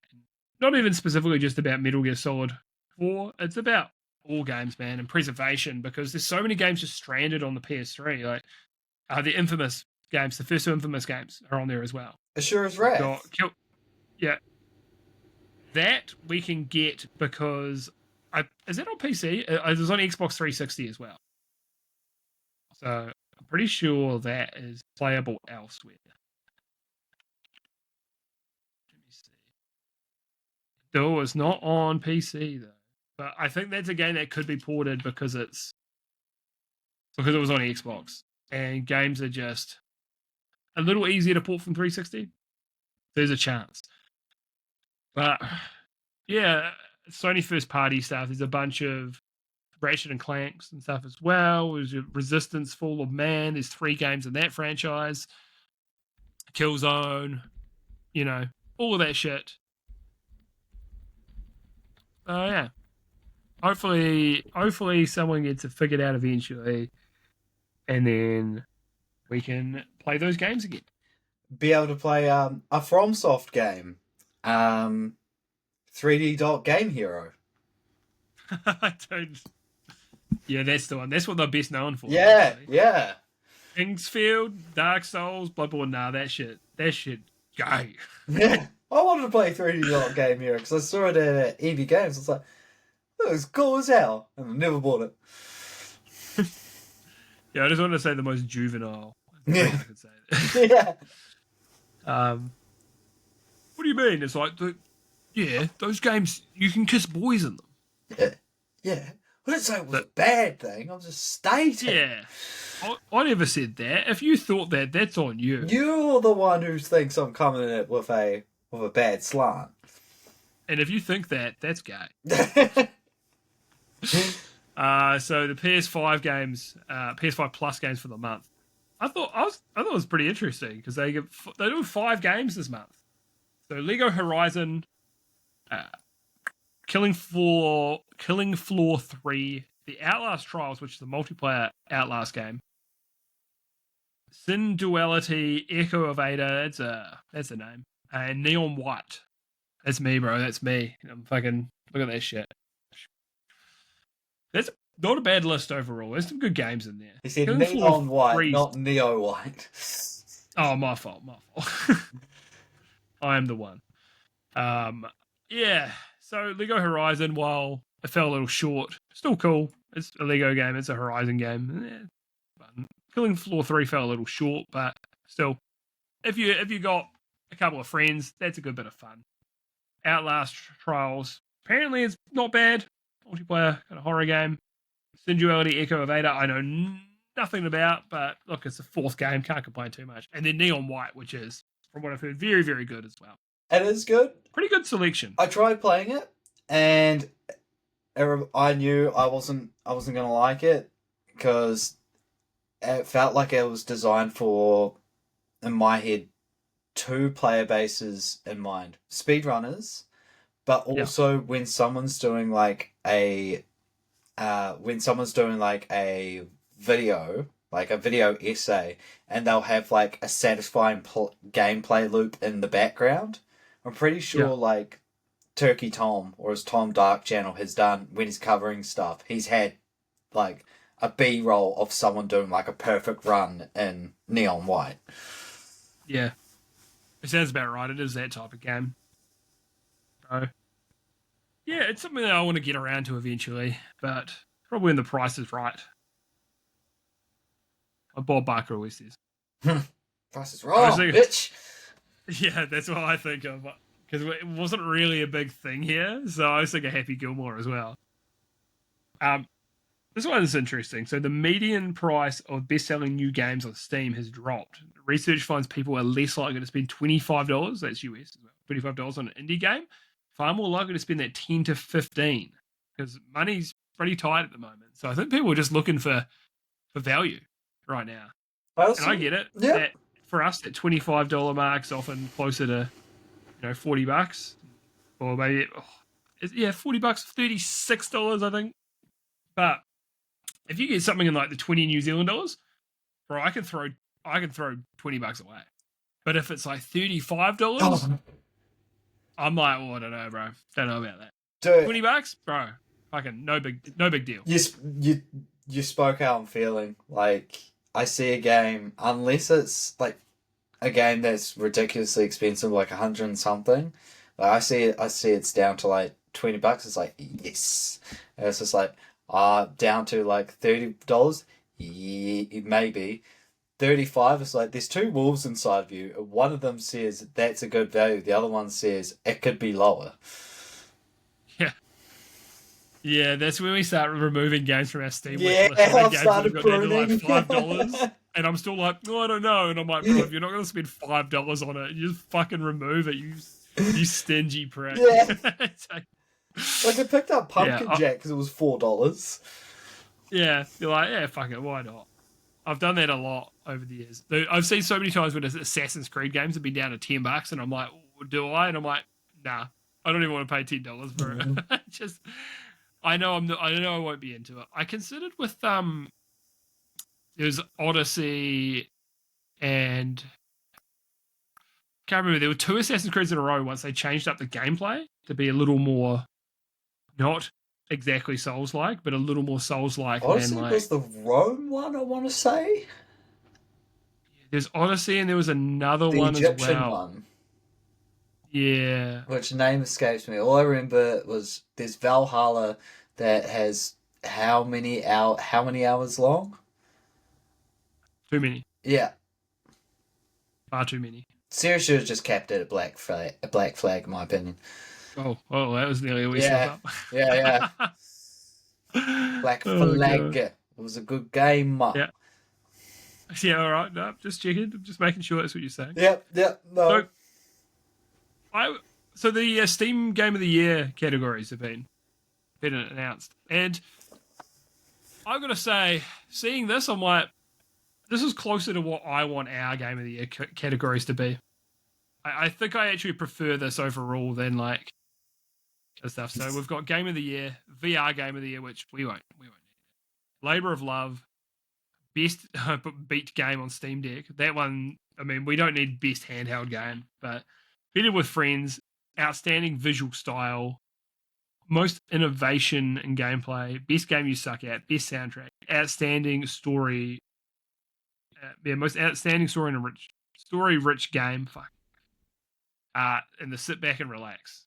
So, without giving away too many of our categories, but sit back and relax and stuff, I put a category on ours like best cozy game. Stuff like that. Stuff that. And ours is still very much going to be the No Scrubs Subjective Game of the Year Awards because I want us to only pick games that we have played ourselves, and Stephen and I are doing our own separate lists because we're individuals. We're not given, and this is me being like, I hope IGN will give this a 9 and this a 7, and this was clearly like this felt clearly biased against this one, and then it's like people like they're different reviewers. You're like, yeah, but they speak on behalf of IGN, and we're going to do the kind of same thing, but we're not reviewing games. We're just going to give our own specific lists. We're going in as well. I don't get to see Steven's list. He doesn't get to see mine. We're just going to go one by one with what we personally liked. Best multiplayer game, maybe. Best friend slop. And just games that we've played and we liked ourselves. There will be objectively better games, like the Baldur's Gate 3 one, right? That wouldn't have been my personal game of the year. Was it the game of the year? Did it deserve it? 100%. It was the best game of the year. Not to my taste. And that's okay. So, absolutely. You know that. You know my favorite line. So I'm looking forward to doing this because it's a bit of fun. Nothing to be taken too seriously. And I really, when I was reading the Steam ones, I'm like, this is more in line with what I want to do. Yeah. Than, not like, this is the best one ever. It's like, this is my opinion. This is what I liked. So, yeah, because I understand as well, like they say, like Baldur's Gate 3, there is probably an objective best game, but nah, too bad. I'm picking what I want. I'm picking my favorites. So there's been some big Steam sales, and I didn't buy too much. I bought Arc Raiders for full price. Well, I got that credit from selling those Counter-Strike knives, so I was like, fuck it, I'm buying Arc Raiders. None of my friends on my Steam sharing have got it, so I picked that up. But I bought, this was a bundle. It was Streets of Rage 4 and Shinobi Art of Vengeance together. So it was a wee discount. I want to play Shinobi. That looks right up my alley. And then I bought Mortal Kombat 1. Mortal Kombat 1 because I do want to play through. I do want to play through the story because the yarns in Mortal Kombat games are definitely not bad. I heard this one was a bit weaker than the other ones. The last ones have been actually pretty good yarns, to be quite honest. But yeah, I bought it with like the pass, so I get the DLC stuff for it. Yeah, so I'll give that a crack at some point and see what it's about. Did you pick anything up in the sale? I did. So I got, and this is, to me, this was, it's like these games could be quite naff, but bargains. I got the digital deluxe edition of Dead or Alive 6. Usually around $100 and something. I got for $17. Fuck, that's a bargain. Yeah, and I'll expand on that game and later on. I also picked up a Stranger of Paradise Final Fantasy Origin because it was $25, and I was just like playing it. I'm gonna see it through, but playing it, I was like, I'm really glad for sales because I would never have paid full price for this game. It's not a bad game. It has some questionable design choices. It's flexible. I think the job system's real good. How you have to have X amount of levels in one job and another job to do one of the advanced ones. The difficulty levels are on the piss. Normal is a little bit hard. Story mode, it's frustratingly easy. But also, the costumes you wear, you always wear them. You're always wearing them. That means even in the cutscenes, you are wearing those costumes. I love the full Dragoon armor. It looks sick. And also, if you don't really care about aesthetics and you just want best stats, when you go into your menu where you can change your armor, change your weapons, there is a button that basically presets it to the highest damage and highest stats, and just auto equips it for not just you but your whole party. That's cool. I found for me, and then this is what this. Who is it? Is it Team Ninja that make it? Team Ninja. Yeah, they do too much loot. I spend so much time with going through the loot. Yeah, stuff. That's my biggest complaint. Otherwise, I actually think they make really, really good games. If you gave me maybe 10% of the loot that they do, I think I would really enjoy their games. But I had the same problem in Neo as I did in that. Also, just want to tack on there, bringing up Team Ninja. As a big Ninja Gaiden fan, I can handle the breakneck speed and the twitchy reflexes of Ninja Gaiden. I struggle when you have big, like, you have dash and rolls and you're not as fast as Ryu Hayabusa. You're getting in some swings and then you have to retreat the fuck back because you'll get a 2-hitter quitter on you. But I can do the crackhead speed hack and slashes. I'm not great at games that are Souls-like inspired. More methodical. I actually find the Souls-like stuff methodical. Personally, I take my time. I use a shield, so it's interesting because I am less into the Ninja Gaiden formula. That's very very frantic hack and slash.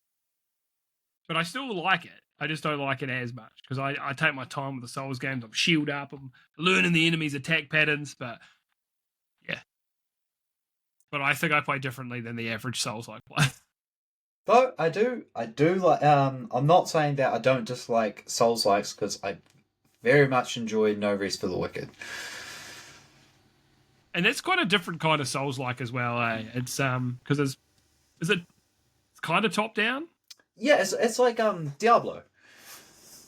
Yeah, dude, I still need to get around to playing No Rest. Wait for the co-op patch because I'm pretty sure all your progress is going to get erased after the next patch. Sweet. I've seen as No Rest for the Wicked, the Breach refined. So they've been constantly updating it. It's awesome. So looking forward to seeing it when it just probably needs a little more progress in it, and then I think I'll jump on. Did you get anything else in this Steam sale? Yes, but it wasn't much of a discount. I got that do you remember a while ago you recommended that idle game to script? Berserk Bits? Yeah. Is that the Mega Man looking one? Battle Network? Yeah. So it's been really good because it's so cool because the game plays itself, you get these little eggs that hatch into like these digital monsters, trademark, and they, over the course of time, you level them up, but they'll be sending you chips, and then you send your Wii, not Mega Man, on a run, and he'll be running, comes across enemies. He's like moving on the tiles and shooting on his own. You can auto get the chips to automatic, like they just randomly fire off, or you can choose when to use the chips. And I was just like, this is nice because it means I can chuck on like a stream. In fact, I was playing it when I was watching a showcase because it's like my attention's here. I'm getting that little bit of reward of playing a game that has like a bit of interaction in it, and it's fun. I like it. Nice. So you're enjoying it. What it's all about. Script loves an idle game. I've dabbled like a little bit in the past, but not my thing. When I saw that though, I was like, oh, Mega Man Battle Network, and then the idle, I was like, You had me in the first half. Oh man, but no, it still looks cool. So a bit of fun. So there was an Xbox partner showcase that happened recently, and I'm not gonna lie, man. It was good. It was actually I went into it with really low expectations because I'm like, Xbox is just fucking up left, right, and center. How good can this be? We got a lot of first looks. There's a few things in there that you're like, we're seeing this, whatever. But man, good stuff. Really, really good overall. So we'll start with Armistice. So it's releasing in 2026. Third-person shooter, and they're killing monsters. You got powers and abilities. Kind of a dark fantasy game. I got some Destiny vibes from the character and the game overall, but not so much sci-fi. Like the character looks a bit sci-fi, but the rest of it isn't. And it's kind of a bit of Darksiders in there as well. But I want to see more of this, man. This looks really cool. What do you think? When I was watching it, I had to let you know. I was like, this looks fucking sick. Yeah, he sent me a message. Yeah. Come on. What do you think, Stephen? Tell me something. Tell me. Oh no, it's just like, okay, what's going on here? And it's just like, okay, I would say I gravitate towards more third-person shooters than first.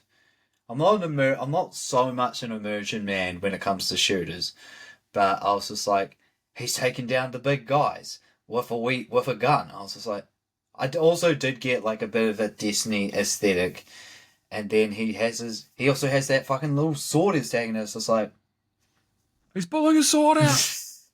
I feel like this could scratch an itch, and it looks so good. So I'm excited. Also, all the games shown were Xbox Play Anywhere. So if you're someone who's also got like an ROG Ally or something like that, and you buy it on Xbox, then you can play the game on any platform, which is cool. So just add that as well. This game's The Mound, Omen of Cthulhu, releasing next year. They didn't show us much in terms of like real gameplay, but I was like, man, I got no idea what kind of game this is. There's first person shooting, and you've got like bolt action weapons stuff, so slow reloads and that. Couldn't tell if it's multiplayer or single player, but there's times where you're like fighting your teammates, so on, and maybe Cthulhu kind of is taking over and like, cursing them, or I don't know. It was really hard to know what this was. It could be an asymmetrical horror, or I don't know, but it looked cool, man. It was a fun trailer. Like it's definitely a little bit of horror, and yeah. What do you reckon? I could appreciate that it was it looks good, but I was like, I kind of feel like this isn't my sort of game. That's fair. Yeah.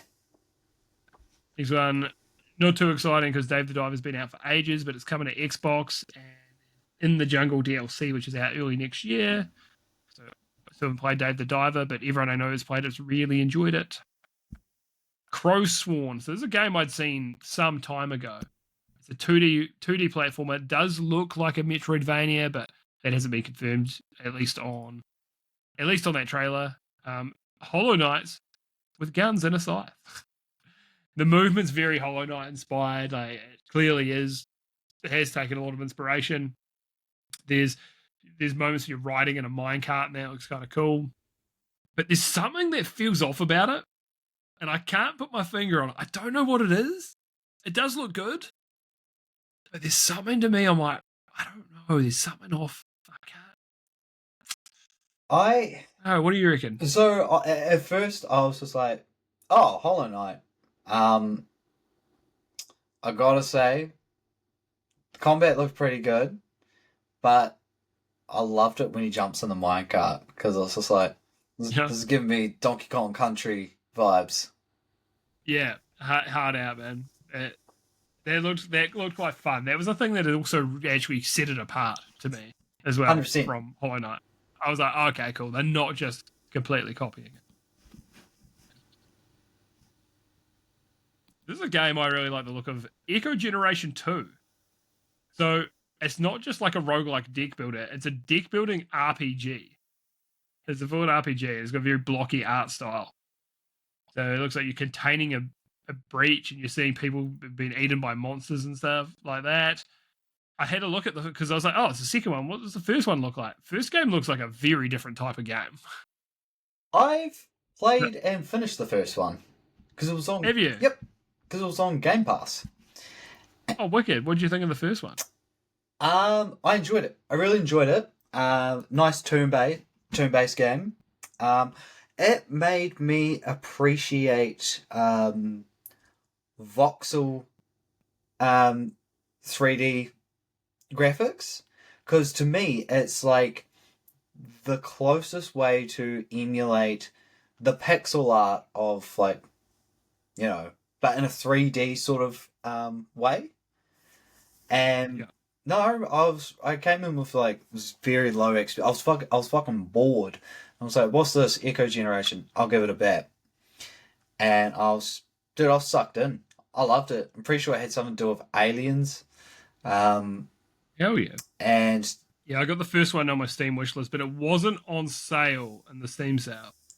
There's a really cool, the ending's real cool. It's just, So when I saw Echo Generation, I was like, I love that first game. So I'm very excited for the second one.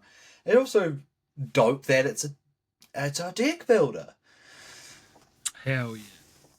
It looks right up my alley, to be honest. So I am very interested to see more of this, but it sounds like I might have to play the first one because it sounds good too.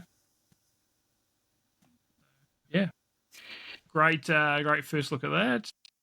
Vampire Crawlers, so released in 2026. So this is a Vampire Survivors deck building roguelike. All right, they got me. They got me. They know what I'm about. Looks like there's going to be a bunch of like, they want you to break the game. They want you to find game breaking combos, much like Vampire Survivors, but in this card with those cards to completely break it. The ad was really silly. It was awesome. They're like stunning graphics. Well, actually, no. So just yeah, it was a very fun ad. I liked that a lot. This might be a day one for me. I'm thinking the same thing. As soon as I saw that, dude, I was like fucking. I love the idea of because the first game's top down pixel art. I like it how they've done it like that. And I was like, and Yeah, I loved the first Vampire Survivors. So this is it's awesome. I might have to cop for day one. It's a really good game, super addictive gameplay loop. It's a game that I wanted to actually spend more time on, but just there's so many games to play. It is hard to find the time. But Vampire Survivors is such a good idea, executed well. I must say though, I liked the Deep Rock Galactic Survivor a little bit more, but I just love Deep Rock Galactic, so it helps.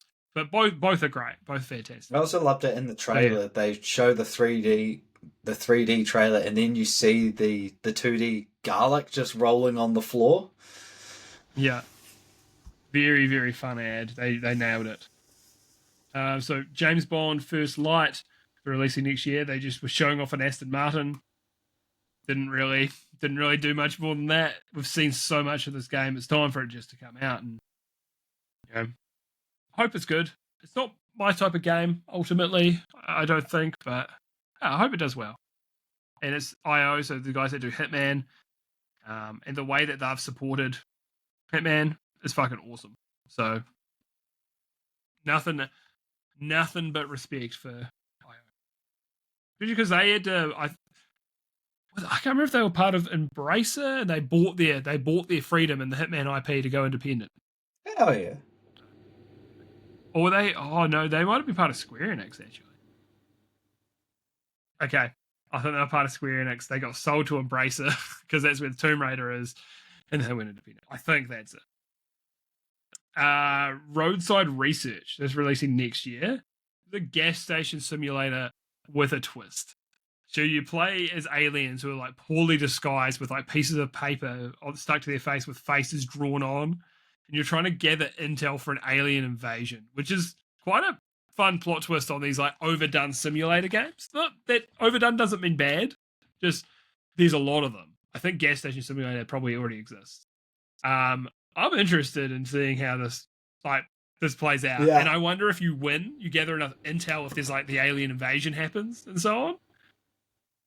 I also love a game where you were playing as like, I mean, maybe this is a world where humans also suck. Well, we also live in a world where humans suck, but maybe they're not the bad guys, but they probably are. But I love playing as the bad guys. I just love. No, I'm really intrigued by this. I just love the goofy, drawn-on faces that don't cover up their bulbous alien heads. Yeah, there's so much charm in this, and it's got like a little Rick and Morty kind of charm to it as well. Like, you can say Rick and Morty was cool. We can say it. It's fine. It was for the period of time where that was like the best shit. I was saying to Alex, when I was working out earlier, I was wearing an Overwatch shirt, which I got from Loot Crate back in the day, and I was like, look, I can't wear that on the podcast. People are going to take away my gamer credibility wearing an Overwatch shirt in 2025. But very much like the energy of a guy who likes Rick and Morty as well as a guy who wears an Overwatch shirt. But yeah, this game looks a lot of fun. It's still, the gameplay is not my type of game really, but I think this looks awesome, man. So yeah, there's a chance I'll check it out. Total Chaos. This is released when they showed this off as well. That now it's a first-person shooter horror game, and the vibes out the gate are really unnerving. You see, there's like this giant chained-up man. There's these like faceless entities that are watching you. It seems like you're in some kind of prison. It looks wild, man. What do you think of this? This was one of the ones where I kind of forgot about. I don't know. And when it comes to the thought of like horror shooters, my brain just goes just dims a little bit. Yeah, that's fair. I thought this looked quite interesting. I might give it a go. I'm undecided once again. So many games to play. Yeah, looks quite cool. It's got Reanimal. So it's releasing February 13th, 2026. It's a co-op horror game. And it's made by the Little Nightmares 1 and 2 developer. And it looks a lot like Little Nightmares, but instead being co-op. And I'm like, can I convince Alex to play this with me? I think this game looks awesome. Yeah. I haven't played the second Little Nightmares, but I played through the first one, and it's really good. It's like exceptional, that type of horror game, and the art style is that kind of deliberately ugly. Like it's really good, but everything's supposed to look quite ugly, like not quite a 1-to-1 comparison, but like Real monsters kind of thing. Or like in SpongeBob where they had those hyper realistic close-ups. Kind of, yeah, a little bit of that energy. Yeah, this looks awesome, and the co-op stuff looks really fun in it as well. So yeah, I've got my eye on this, man. Because they got a different team to make Little Nightmares 3. So yeah, I hope this does well. Erosion is releasing 2026. So it's got blocky graphics as well. It's a Western high-angle third-person shooter by the looks of things. Seems like I think it's a roguelike as well. They've said as well your choices matter. So there might be some RPG elements in there. You see bits of footage where he's fighting hordes of enemies, and there's kind of like some vehicle combat. And there's every death costs you 10 years. So you're trying to save your daughter, and they show you at the end, like, your daughter being like, what took you so long? And she's like a grown-ass woman. There's ones where you die too many times and she's dead by the time you get to her. This looks so fucking good, man. This looks exceptional. I immediately went to Steam and wishlisted it. This, depending on what's coming out at the same time, if it's, let's say this and the Duskbloods come out the same day, okay, well, it's getting missed. But this could be a day one for me. Absolutely. Like, really, really awesome looking game. And it looked charming as fuck. Looks super charming. Art style's great. Like, yeah, they nailed it. The fact that there's the story to it as well about finding your daughter is just like that's enough of a story in these kind of indie games, man. Like, and having an actual, I love when a roguelike's like, yes, there's lore to you, like dying in this and coming back, and you coming back 10 years later. It's not out yet, so I don't know for sure, but I reckon they've knocked it out of the park. It's like Sifu, but Western. Yeah, they've taken a genre that I love, but probably a bit overdone, and they've added their own take on it and something new. And yeah, man, looking forward to this a lot. This is one of the I think this is the game I might be the most hyped for on this list, to be honest. And there's a lot of good games on here, like Vampire Crawlers. That looks amazing. Echo Generation 2. Armistice, but I'm like, so far, I'm like, this is my shit. Next game, Zoopunk. So I actually think this game is a long way out. Have you got? Oh, no. I remembered the name of something that it reminds me of, so carry on. Oh, yeah? Nah, hit me with it. What does it remind you? I thought this was, as soon as I saw, like, the rabbit, I was just like, oh, is this like a continuation of, do you remember that game, Fist? Fist, yeah. Yeah. I was just like, is this related? Not the same people or anything, it's just furries? Yeah, well, and rabbit protagonist, and sort of futuristic setting. So, Zoopunk, anyway, I've got a feeling this game is a long way out, because they showed you just a couple of little slices of gameplay. But, yeah, it's a third-person action game by the looks of things. Maybe a little Souls-like, but I think it leans more action. And it looks really slick. The boss fights look like a lot of fun. So you're playing as a rabbit man. And there's some sci-fi vibes to it. There's an enemy who's a deer. Looks like a boss fight. And there's a big-ass hippo enemy. And but have the furries gone too far? There's that scene where the rabbit pulls like that beacon, and then this shit comes down in like a big fucking rhino, and like your team, your squad just pulls up. It looks really cool, man.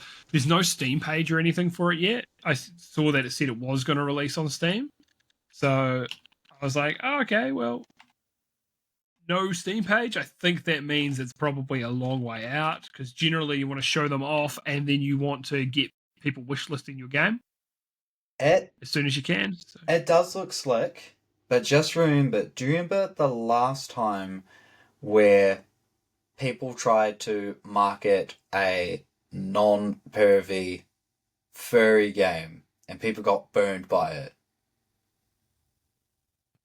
I have the answer. Which game? Biomutant. Oh yeah. Though to be fair, Biomutant people found as like the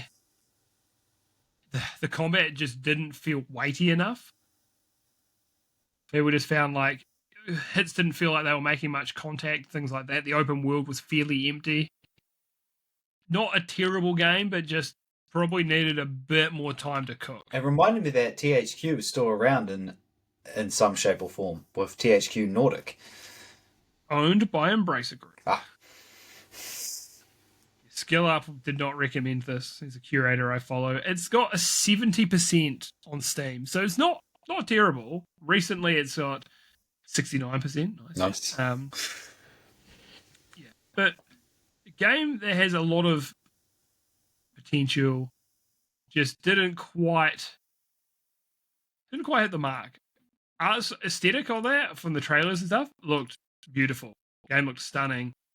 So I would love to see what this studio will do in future as well, because I really do feel like they could knock it out of the park.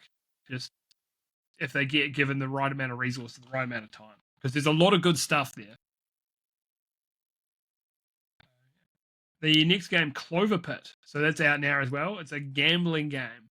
You're trying to pay off your debts. It looks like a roguelike. I saw a Balatro reference there as well. If you lose all your money, a trapdoor opens up and you fall to your death. And there's DLC coming for it soon.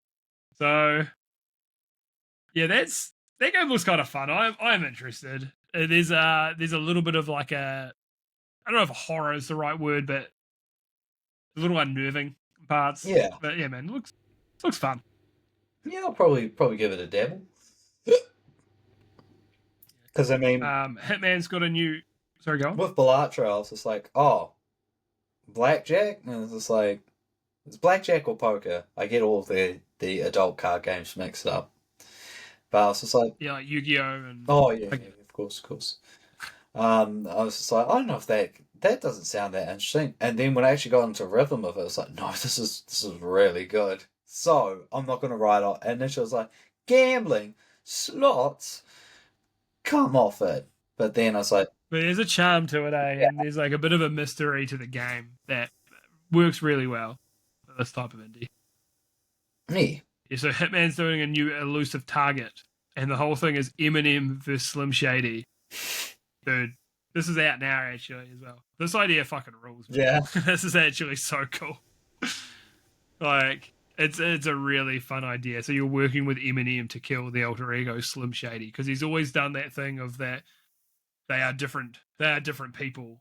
What did he say? It's like, what's the difference between Eminem? There's an old interview. It's like, Eminem will fuck you, but Slim Shady will fuck you and your mother. That was probably real hard in like the 90s or the early 2000s, you know? So I like this idea a lot, man, and it plays into that whole D12 thing with the different personalities, supposedly different people, that whole idea. And I guess good shit, IO. Good shit, man. And also, I feel they can sort of like lean into both aspects. You know, Eminem's like getting up in age, and pretty sure he's like sober, so he can have an element of seriousness like with Eminem. But then Slim Shady's like, he can bring that wackiness and that super abrasiveness that he initially was known for. So. Yeah. At first, like, on paper, it's like, this is kind of silly. But then when I watched the trailer, Like I was just like, actually, this could be pretty neat. Yeah, I like that a lot, man. I like that he's like leaning into that as well. So, Tides of Annihilation. So I was like, out the gate, what's this dialogue, bro? What the fuck is this dialogue? It was so cringe. Visually looks amazing. Visually looks awesome. I really look at that. It's third person action combat that looks pretty slick. Definitely got some modern Final Fantasy vibes in here. There's big combo attacks with allies and things as well. Very cinematic. And I was like, is that Jennifer English? Is that Mael? And there, I feel like it's her. There was also Was it? I remember this game because at one of the showcases there was that game where it's like I'm pretty sure this was the one where it showed. I was like, oh, looks a bit Dark Souls, but there was like you were scaling like this massive cliff or ruined building. I was like, hell yeah. I've just checked. It's Jennifer. That is Jennifer English. Hell yeah. It's cool though. She's great. She's a great voice actress. She and she might win. She won at the Golden Joystick Awards. It's just been, so she might win at the Game Awards too. She's great. So yeah, I think there's good stuff in here, but that dialogue, I was just like, bro, this hurts me. This is like the bad side of anime dialogue. Yeah. You mean anime dialogue? Hey, I stand by Full Metal Alchemist has a lot of good writing in it. Who's the team making this? Eclipse Glow Games. I see. They're a Chinese studio. Okay. Some things don't translate well, which is to be expected. That's fine. I'll forgive you, but I don't know if I could play through that. Is that first Berserker Kazan that I played? First Berserker? Yeah, it's first. I can never remember if it's first or last. But that game, dialogue, and that was a Ben Starr game. And he was great in it. But the dialogue, I was like, bro, what is this? What is this story? And then to just skip all the cutscenes, play the gameplay, I was like, yeah, this game fucking slaps. But every time I watched a cutscene, I was like, oh, what are we doing? Not the performance, just the writing. So this game, Raji Kali Yuga. So you see a bunch of these golden faceless creatures like swimming down this golden river. There's some of the creatures just running all over the place. Shows you a woman and a young man like chanting, casting some kind of magic. And then the trailer ends and you're like, what is this? What is this game? I know nothing about it. That was the fuck? That was my thoughts. It was unfortunately, this shouldn't have been what they ended on. You know? I don't think they should have ended on this. Or if they were going to end on it, maybe show some gameplay or something. But yeah, it's... And they were like gassing up as like for the creators of Raji, an ancient epic. And you're like, okay, what's this? And I'm looking at it.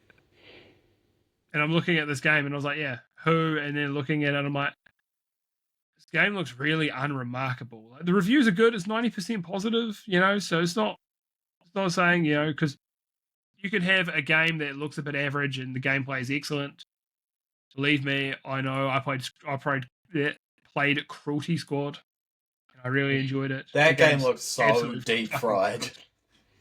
Yeah, it's deliberately very ugly, but there's some cool shit. There's some cool ideas, but yeah, the game is fucking cool. So, you know, but just they didn't show us anything. Is the problem. And I would like to see more. I think they should have finished on Tides of Annihilation, to be quite honest, instead of that. Because you always want to go out with a bang, you know, hit just one more thing. Oh, what is it? Oh, what's it going to be? And then we got this, and we're like, okay. At least, I think it was the PlayStation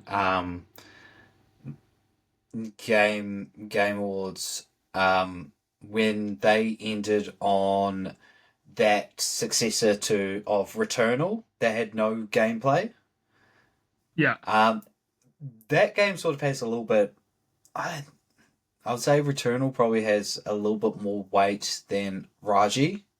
So it's like, and there's the anticipation. So they could sort of get away with having a no gameplay cinematic closer. I think so. Like, you could do like a God of War or something and be a cinematic trailer, right? You could do an Elder Scrolls. You could do that kind of stuff. Yeah, stuff that's been pretty well established, and you could have a cinematic trailer. And I think you can get people hyped. Or you can be like, flash up a studio name and then have a new IP. Like, you could do that Naughty Dog game. You know, that I still thought that trailer didn't really show me enough, personally, for me to get hyped. But something like that can get people hyped because here's a big studio that, you know, renowned studio. But it just doesn't work when it's like, here's a cinematic trailer right at the end of someone you've never fucking heard of and doesn't have a track record of this. You could have an Insomniac game, you could have From Software, you could have Rockstar, you know, these kind of studios. But RGG. I don't know. Yeah, you could have RGG. There's a reputation there. But you can't end on this. It's a shame because it was a fantastic showcase. Everything on there looked good. You know, like I said, Dave the Diver, we've already seen a million. It's already out everywhere else. You know, so whatever. James Bond First Light, we've seen it a million times. Whatever. Everything else, there was something interesting to be said about everything else. I thought, you know, just end on this to be like, oh, come on, come on. So I say though, overall, it's not enough to really mark it down. You know, I was really impressed with the showcase. I expected nothing. You know, there's our. Sometimes you expect nothing, you still get disappointed. But this was like, I expected nothing, and I was quite blown away by how many new things were shown on this. Especially because the last State of Play, like, yes, the Japanese State of Play was for Japanese audiences, and I'm really glad to see Sony is trying to work hard to win the Japanese audience back. But there was almost nothing in that for me. Like, there was one thing, that was the From Software one. That was the DLC's coming out soon. Here's shit. Here's shit for you to look at. Yeah, this was an awesome showcase. Yeah. I know most of these are probably coming to PlayStation as well. But well done. You picked really, really good games to show off, Microsoft. So yeah, pat yourselves on the back, mate, because it was great. It's not easy to put together a good showcase because everyone shits on everything. You still Believe me, I know. Listen to the first half of this podcast. You still shat to be with Game Pass, but this was a well put together presentation with some titles that have grabbed my attention. Absolutely. Absolutely. Backpacks. I'm always someone, I always give credit where it's due. You've heard me give credit to Ubisoft a number of times, and you know how I feel about Ubisoft. So I always give it where it's due. I gave credit to Gearbox earlier, and then I shit on Randy Pitchford, but I still gave credit to Gearbox. I always do it where it's due. So love to see that. Great showcase.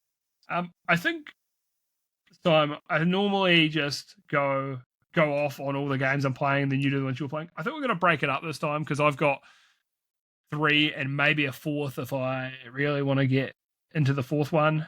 But I'll start with Keeper. So I played through and finished Keeper. I've still got Game Pass for another 10 months because I prepaid it.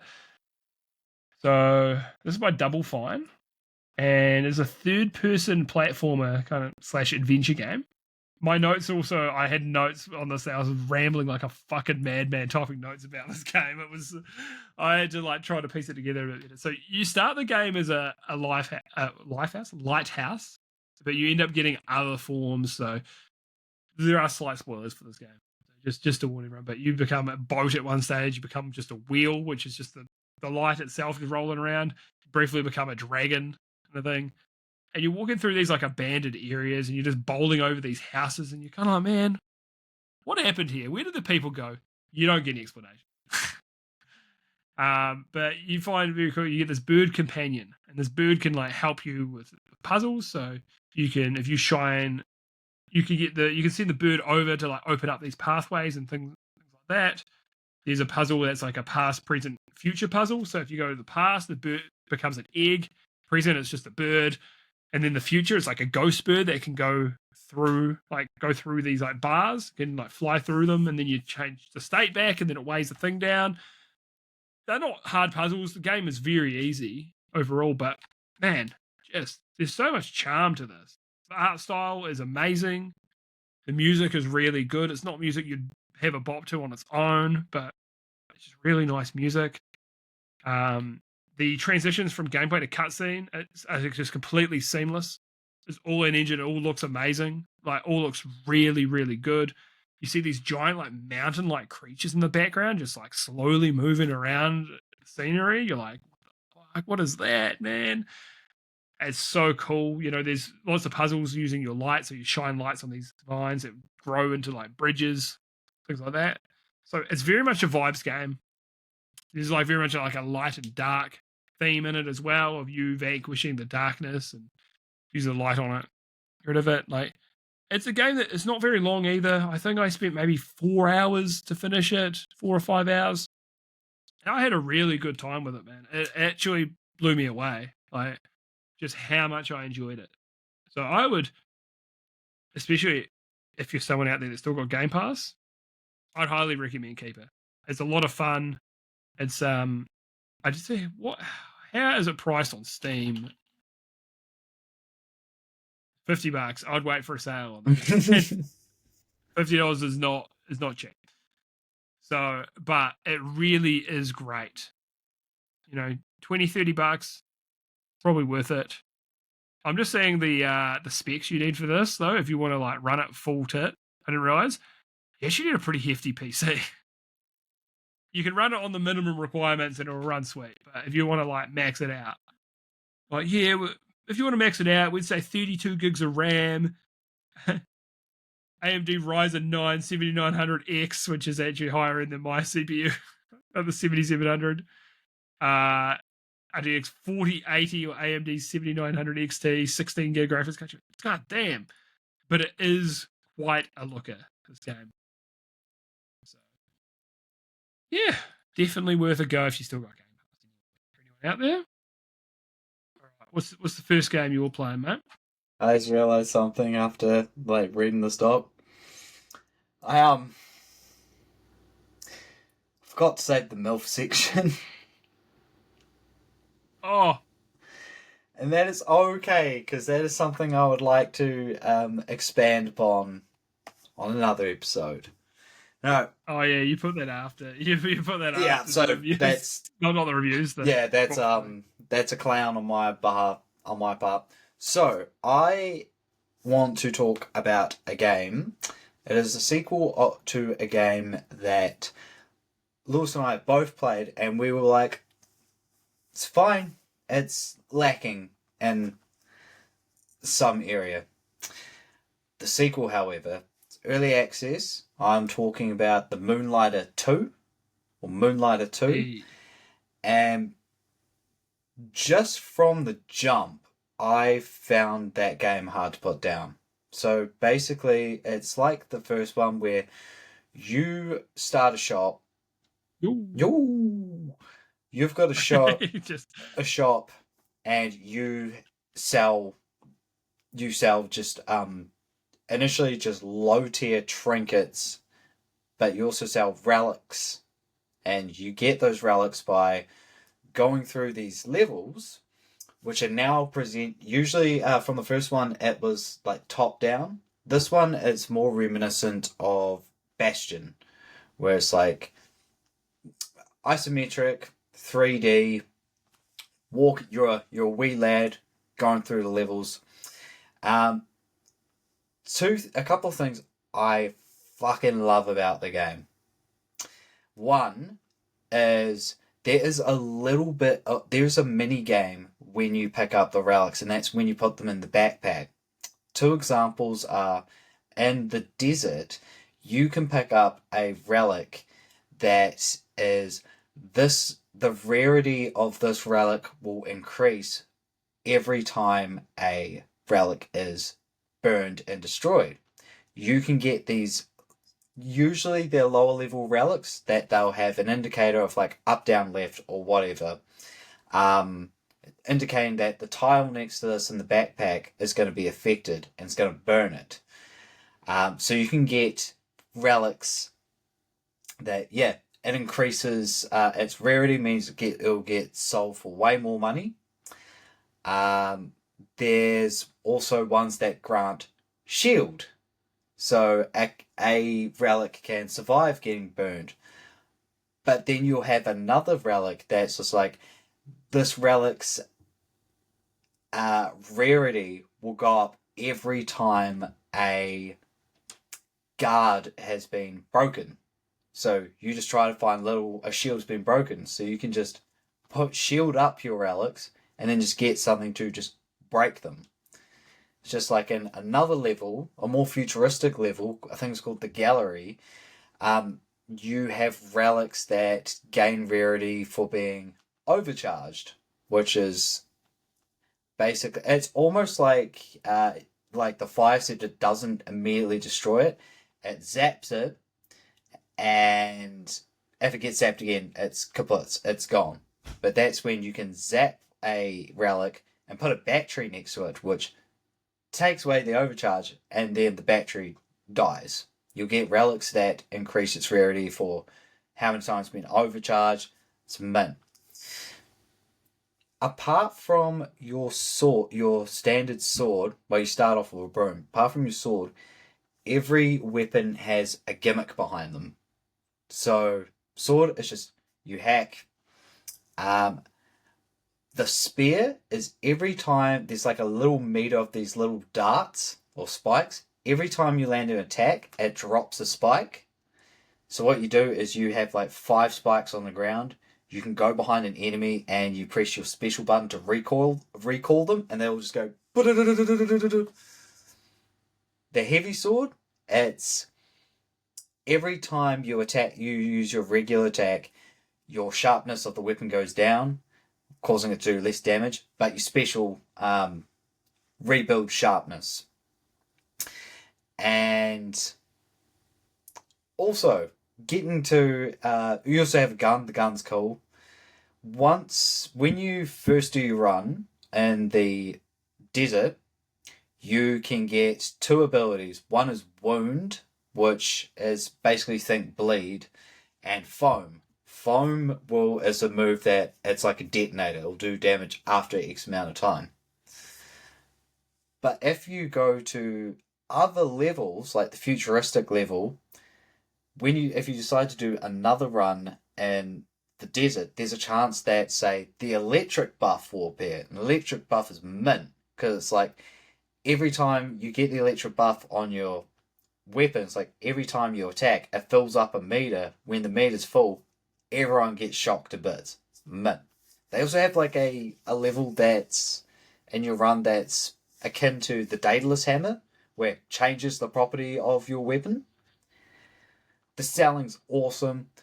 I love it when people come in and I'm trying to sell like a fucking shell for $300 and someone goes and looks at it, big angry face, and then you look at the stats of what you've got on special. It's like, okay, people don't like it when you sell it at this price.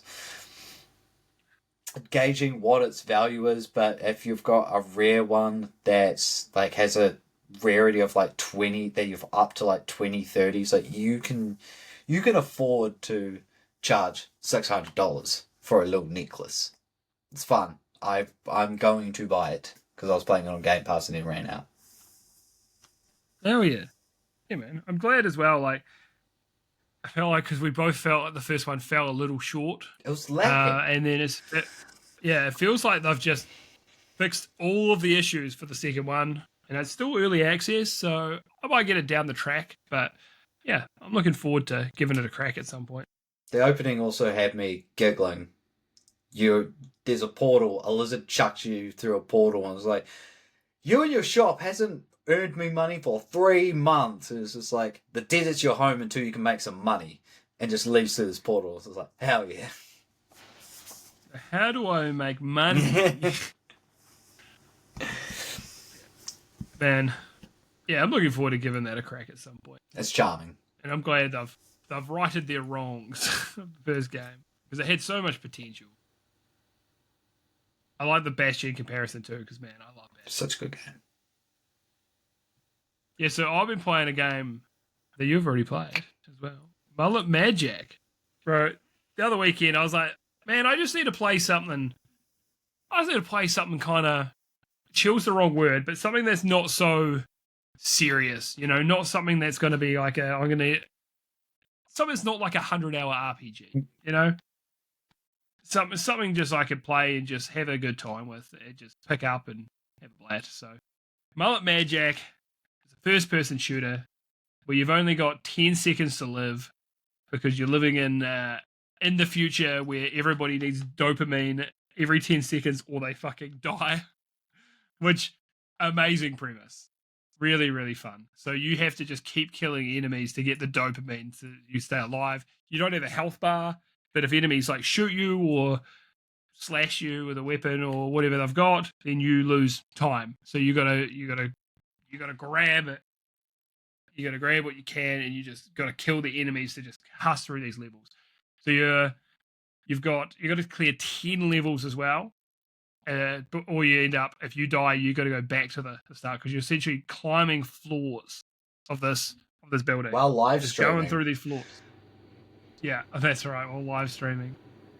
It's an absurd premise, this whole thing. And it's very inspired by like 80s action movies, and there's definitely some 90s stuff as well. And it's very much taking the piss out of Duke Nukem. They have a lot of anime references as well. They open with the Akira slide, but in a car.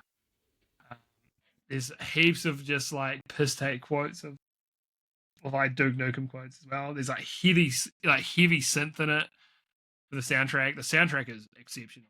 The gameplay is so fluid and frantic. Just it's so good, man. Like, and when you complete a level, you get an upgrade you get an upgrade. So it might be a new weapon, or it might be an upgrade for an existing one, or like a perk. So the weapons you can get, there's katanas. I'm just going to read out the whole list of weapons. It's a plasma gun, railgun, you've got your starting pistol, shotgun, rifle. Wait, did I just say rifle? No. Cool. All right, back to the list. SMG, and the secret weapon, the handgun, which is just... So, man, I really liked the pistol when it was upgraded. Level 3 pistol was my favorite weapon in the game. For sure. It was just so consistent. I like the katanas, but against certain enemies, they would just end up being able to shoot you before you could get to them. You had to play it pretty safe. There are also vending machines around. You attack them and you get a drink, and that gives you time as well. Like, what was your favorite weapon when you played it? Probably the shotgun. Shotgun? Yep. Yeah, shotgun I liked as well. Because I was able shotgun to just... was probably my second favorite. I was able to shoot, turn. Yeah. Absolutely. Yeah, shotgun was good because it just killed them pretty quick as well. It didn't have to charge up quite like the railgun as well. Yeah, shotgun was good. Yeah, so I just ended up playing through it pretty much in, I don't think it was one sitting, it might have been 2 sittings, but it was in one day. I just played through the whole thing and I was like, this game's so good, man. This is so fucking good. Yeah, the shoes, yeah. That's also one of his goals. He just wants to get some new shoes, but you're also trying to save a woman that keeps being referred to as our princess, which I thought was funny. And yeah, and boss fights, you've actually got health. It's just out of 99%. It's because you max out at 99 for some reason, which is kind of silly, but I like it. And yeah, at the end of once you do your 10 levels, there's a boss fight. There's a couple of times there's not, but most of the time there is boss fights.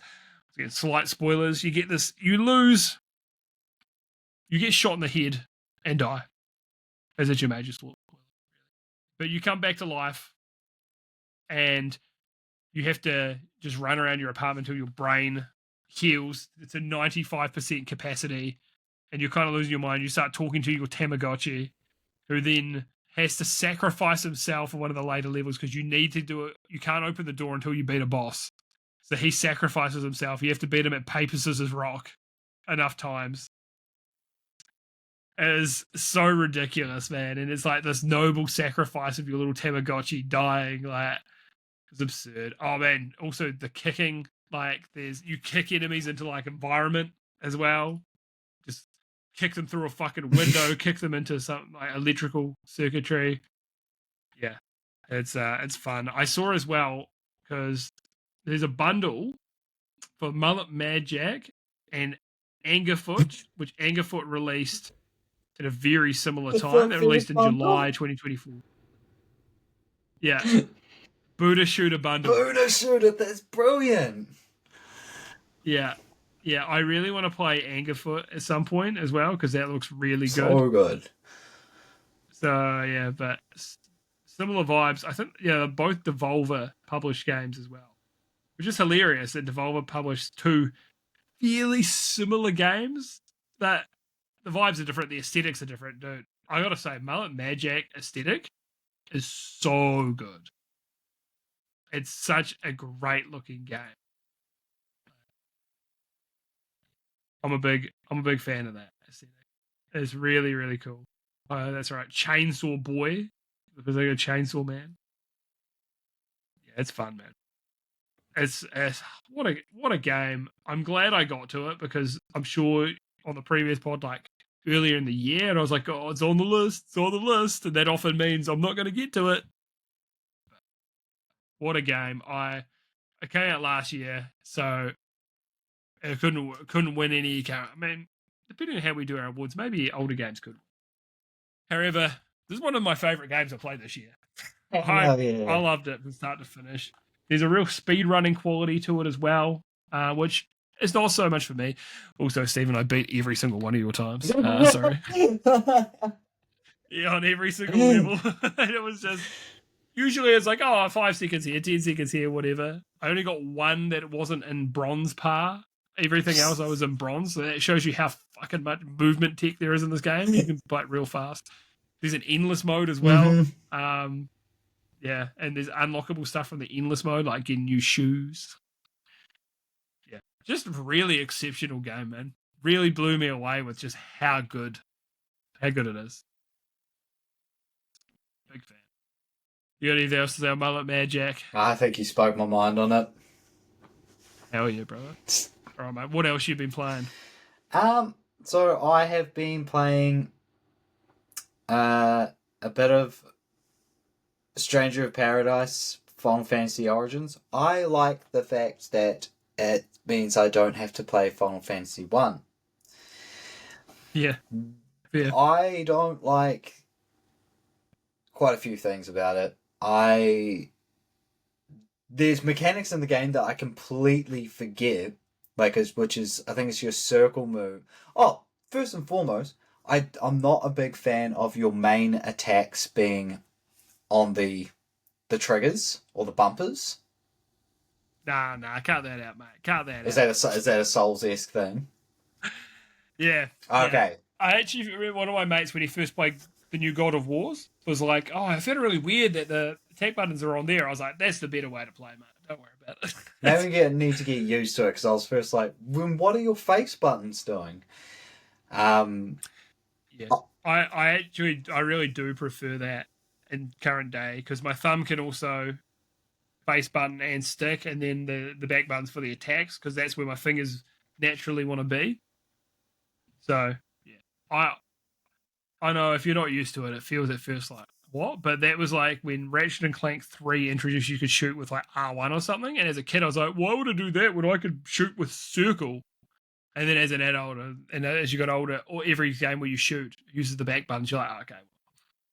So it's become the norm. Sorry, go on. No, fair. So there's a mechanic of like, I think it's circle, and he red hands, and it's meant to as a parry, but it drains your break meter. Oh yeah. Yeah. What I do like. Oh yeah, and I said that the difficulties are a little bit on the piss, but what I do like, the costumes, like full Dragoon armor is metal as fuck.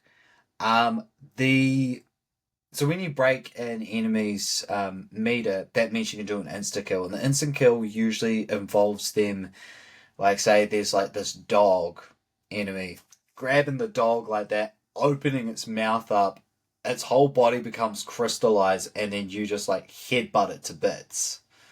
Or you just doing something like there's what's that big stinky Final Fantasy character that has the tentacles? It's called like a Marlboro or something. Yeah, kind of like the cigarettes. Yeah. The whole thing, his thing is just like you cut off multiple of his tentacles, then you grab one, you throw him down the ground, you punch him in his fat eye, and he explodes into crystals. My favorite kill is on the Tomberries. Because what Jack does is he goes up to the Tomberry, he places his hand on his head, the Tomberry starts crystallizing, and he just crushes. It's badass. I like Jack because his personality is I'm gonna kill chaos. Yeah. I was gonna ask that. As like, does he really want to kill chaos? I'm gonna see this game through. Yeah, because hey, let me know. Let me know if he kills chaos by the end. I want to know. Yeah. And that's the funny thing is the characters of that game would have done really well in the early 2000s. Yeah. That's the energy they've got. It's very, very early 2000s energy. Where you're like, these guys are badass. I love Dirge of Cerberus. You'd be one of the only people I know who've played that. Yeah, I finished it. Yep. Hell yeah, brother. Oh, you got anything else to say on that? It's a good game. As a recommendation, I will say my favorite Steam advice review on the game, and that's just, good game, wait for it to go on special. Also, it's so easy to get lost in that game because you have like a little marker that indicates where you're meant to go, but the environment's like quite uninspired and samey.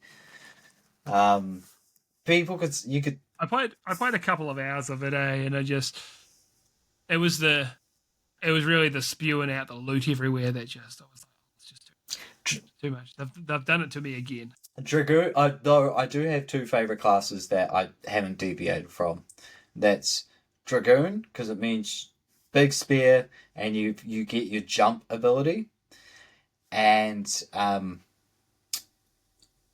think it's called Berserker, where you use big axe. You're starting off like R2 skill as you go, rah, and you get a damage boost. And I like out of all the weapons, big axe is my favorite. Yeah, gotta watch out for big axe. Can't trust it. I think I was just using the big fuck off sword. The starting weapon. Yeah, probably. I'm a simple man. I love a great sword. They have sword and board. Yeah, that's it. Either I play sword and board, sword and shield classic, or I use the biggest fucking sword I can. Big Buster. Yeah. I've done though in like Elden Ring. I did an intelligence dexterity run. So there was like this weapon not that early, but early-ish in the game called the Moon Veil.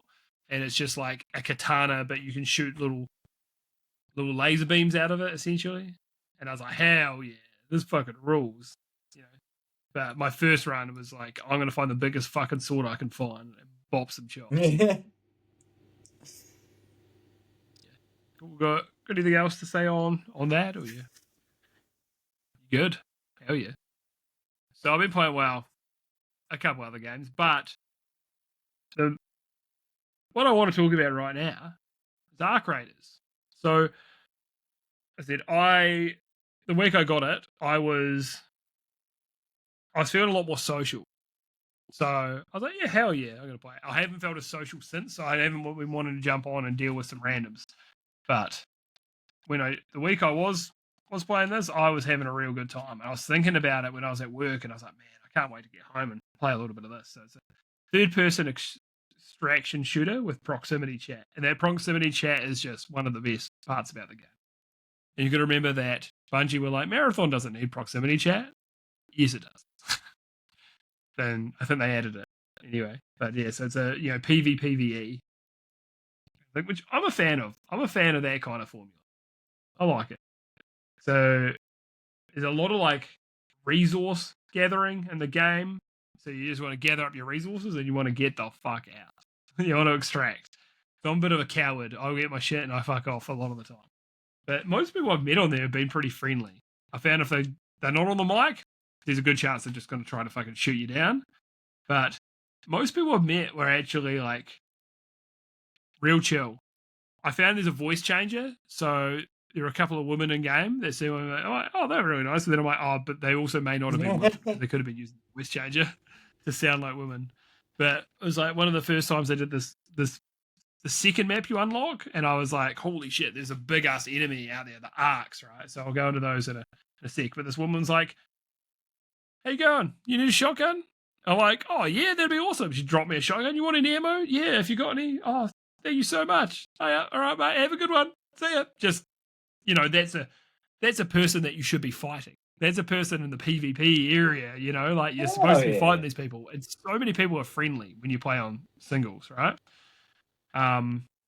It's different when you play. I haven't played. I've got no mates who have it, or no mate Louis. So apparently it's different if you're playing like trios and you see another squad. It's probably on site, But in single solos, people are real chill a lot of the time. So there's another time when she was like, you go around, you're like friendly, and they're like, yeah, friendly. You're like, okay, cool. And she was like, yeah, I'm trying to find this enemy because I need to do this for a quest. And I was like, all right, mate, I'll give you a hand. I'll hang out for a bit. She's like, yep, sweet as. So we went around, killed a couple of those enemies. She got the resources she needed.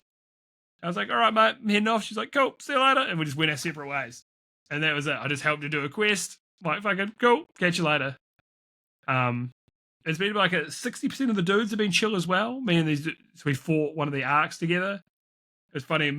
I saw these two dudes, like, and one of them ducked down immediately, and I was like, "You friendly?" You're like, "I see you, bro. What are you fucking doing?" And you're like, "Oh," and his mate was like, "Oh yeah, I'm friendly. I'm friendly." I'm like, okay, sweet. And the other guy then spoke up. So we killed these Arks, and then then we managed to extract all in the same extraction, which was cool. Because, I think yes, there's a lot of PvP, but I feel like the Arks, the robots, are the main enemy, the big enemy. So there's a heap of different kinds. There's these little kind of scout kinds, which are little rat bastards that just rat you out to the other ones. There are ones like flying ones that also have like just kind of machine guns. There's flying ones that shoot rockets, which are they're pretty tough for the early game. There's these ones that are look almost like alien face huggers, or little robots that latch onto you, then explode and just fuck you up. There's ones that are little balls that they roll around and then they blow up on you. There's ones that similar shape, little balls that start like using flamethrower on you. There's way, way bigger ones as well, but one of the other big ones I've seen, they get even bigger than this, is that one called the Leaper. And there's these 4-legged massive like robots, and they see someone or someone shoots them halfway across the map, and they just fucking spring over to them. They just fucking leap. They just leap half the fucking map. You're like, oh shit. It's the Arks in it are so fucking cool. That's the thing that's just so exciting to me, just seeing these massive robots out there. So I found that the onboarding in the game is really good compared to a lot of these other extraction shooters. I haven't played Tarkov since full release. The onboarding in that was horrific in the early access. It was like really, really bad. I like Hunt Showdown, but the onboarding in Hunt Showdown isn't amazing either.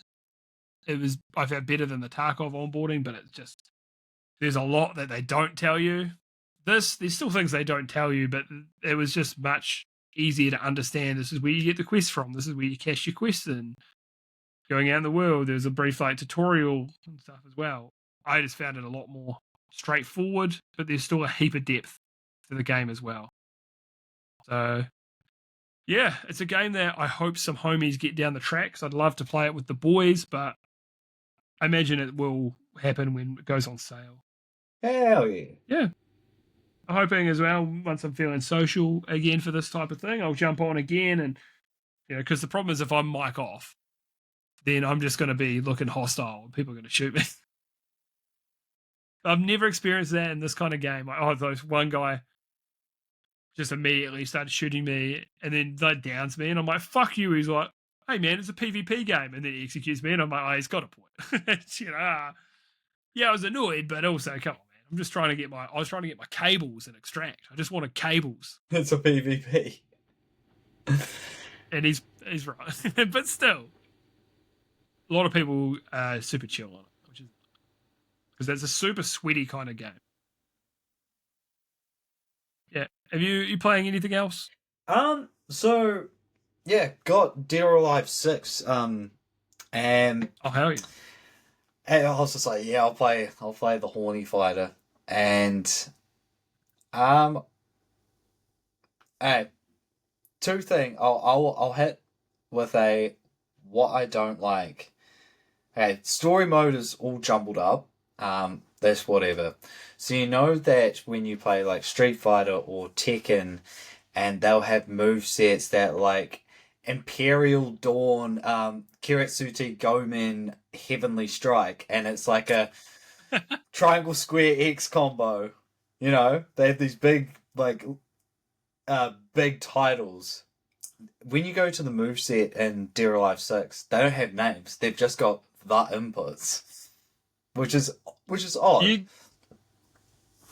I know the inputs are technically more important, but you gotta have names. You gotta make the move sound cool. You gotta have electric wind god fist, bro. You gotta have something.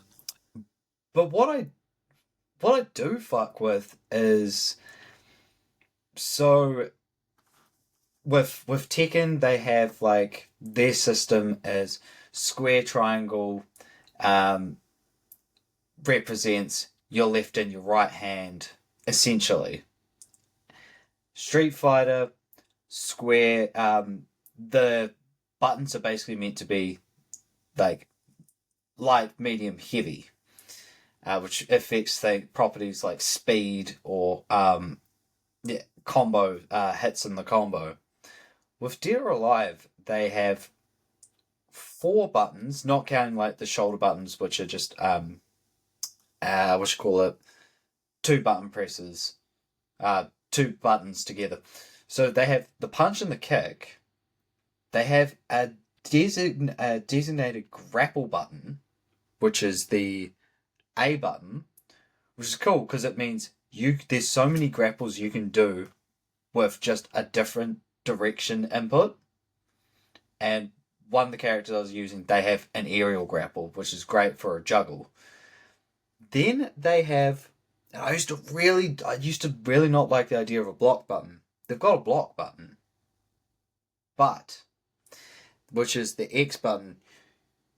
You hold back in X for you blocking mid. You have to like put it on an angle if you're blocking high, and they have to hold down X if you're blocking low.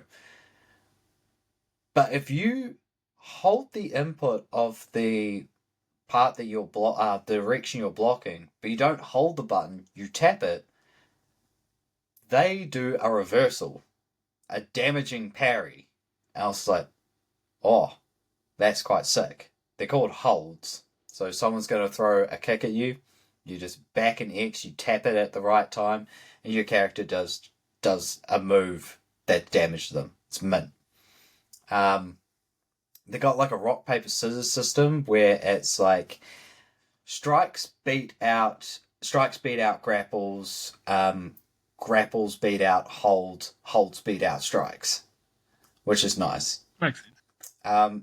They have a meter where it's like for you can do certain combos that are mapped to the R1, and it's like you tap, and the cool animation is they'll do like a specialist move, but then the last hit of it, it's like a slow-mo. Think of Mortal Kombat X-Ray without the X-Ray. Did they kind of do that? So I've got a dog animation. Yeah, I feel like what were those? Oh, they changed them. At one stage they did X-ray moves and then they did something else. Mortal Kombat. Yeah. Uh, What were the moves? has it always been It has been from at least, I want to say, 9 to 10, because that was the last game I played. They were still kind of X-ray moves, but they gave them a completely different name. Also, the character selects Fatal blows. fatal blows.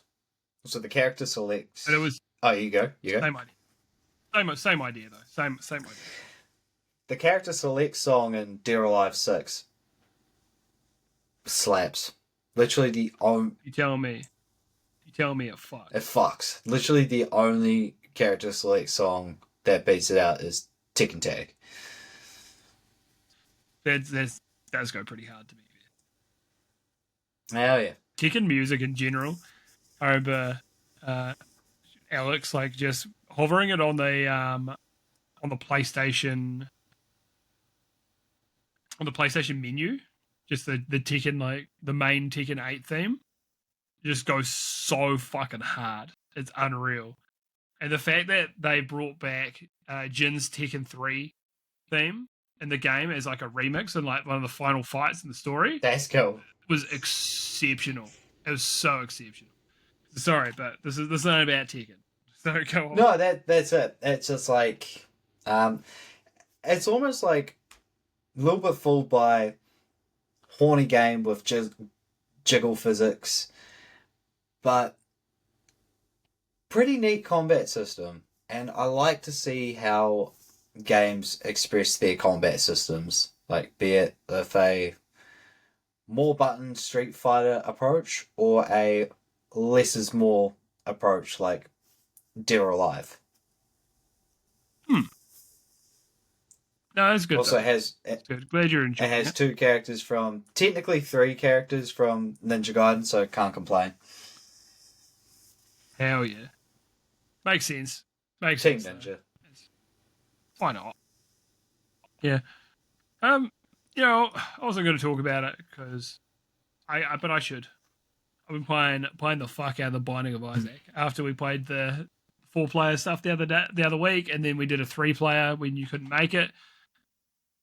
And I'm like, this might be one of the best games of all time. It's now my most played game again on Steam because it has passed Slay the Spire. We got 350 hours in it. I've unlocked a bunch more achievements. I've finally done some of the DLC stuff that I'd never done before. What a game, man. I put 25 hours in the last 2 weeks. So the whole thing with that is it's a top-down roguelike, and the levels are structured like old Zelda, like rooms. They're like when you get into a dungeon in old Zelda. That was the inspiration behind it. And it kind of makes, well, once you realize that, you're like, oh, that makes a lot of sense. Even like the enemy types, there's like Mum's Hand enemy that will grab you. If it grabs you, it'll pick you up and take you to another room, just like in Zelda. And the whole idea, you can't sound, you sound fucking crazy trying to explain this game to anyone. It's like, yeah, so you play as a naked baby, and your mum tries to kill you, and you run into the basement, and then you cry on enemies to kill them. Yep. What the fuck? Yeah, you can take devil deals, and so you've got many kinds of hearts. Your standard kinds are just red hearts, which are your permanent health, and you've got soul hearts, but there's black hearts, there's bone hearts. But anyway, there are all sorts of other temporary hearts as well. So when you're first playing the game, you think red hearts are the best kind because it's permanent. You can get a drop to just pick up to heal. They are and they aren't the best. The soul hearts, because you often want to be low health to trigger different item effects and things like that. You might have ones that's like when you're on 1 heart or half a heart, you trigger a special effect. So the soul hearts become more valuable when you've got that kind of item. But if you if you clear floors without taking any red heart damage, you can take soul heart or black heart damage. You have a higher chance of getting a devil deal, and the devil deals will take, like, it might be 1 to 2 red hearts, or it might take 3 soul hearts. So you generally want an amount of red hearts to then give to the devil deals, because you want to min max the devil deals. It's the idea to generally get strong. You get an item called Brimstone, which makes you shoot a laser beam across the fucking room and deal heaps of damage. Or you can get ones like Abaddon, which gives you black hearts and makes you deal. It gives you damage up and things like that. But the thing about this game that makes it really shine is the fucking combinations with the items. So the other day I was having a run where you get the item Mum's Knife, and you just hold down the button, you've got a little knife in front of you, you shoot the knife at an enemy. You're like, oh, that's cool. It's a strong weapon on its own. I then got that item Brimstone, which means you fire your little knife. It fires one knife. You're like, cool. And then it fires an entire fucking barrage of knives. And it just rips through enemies. It absolutely fucks them up. The item synergies in this game are insane. And the amount of bosses in this game, absurd. Like, really, really good, the amount of bosses and enemies and stuff in this game.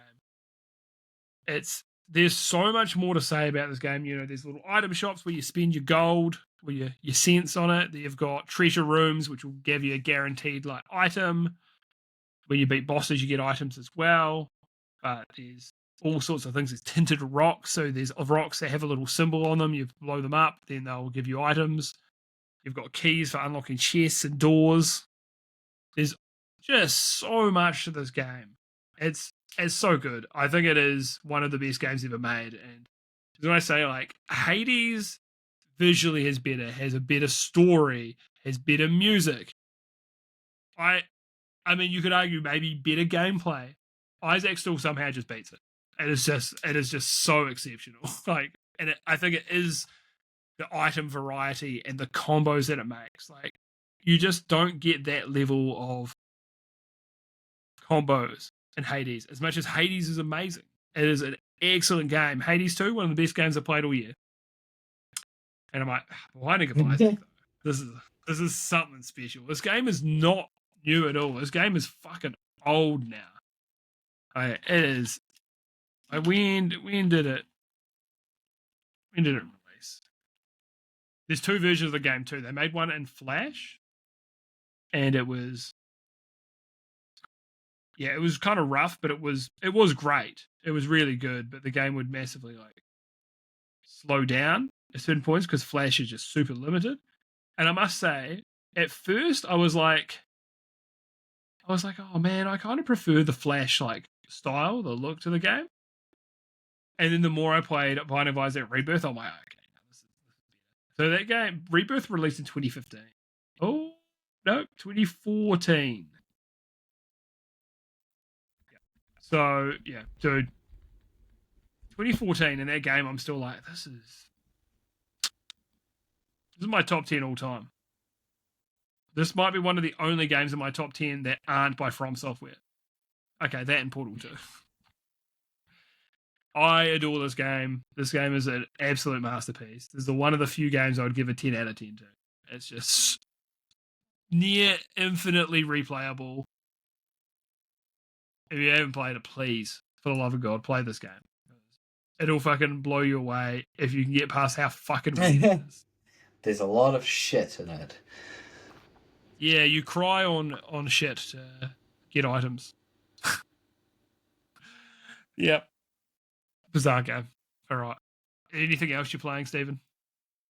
Basically, mainly them. Yeah. Dude, we're playing some fucking games right now, bro. Some weeks it's like, yeah, I've been playing this one thing. This week I'm like, yeah, I've been playing 4 things in a bit of depth. So, yeah, busy 2 weeks of gaming for me. Awesome. So we'll get to the reviews, eh? This may have been a review Stephen already did. I can't remember. It was a long time ago. It's for Mullet Mad Jack, and the quote is, I'm Mullet Mad Jacking off.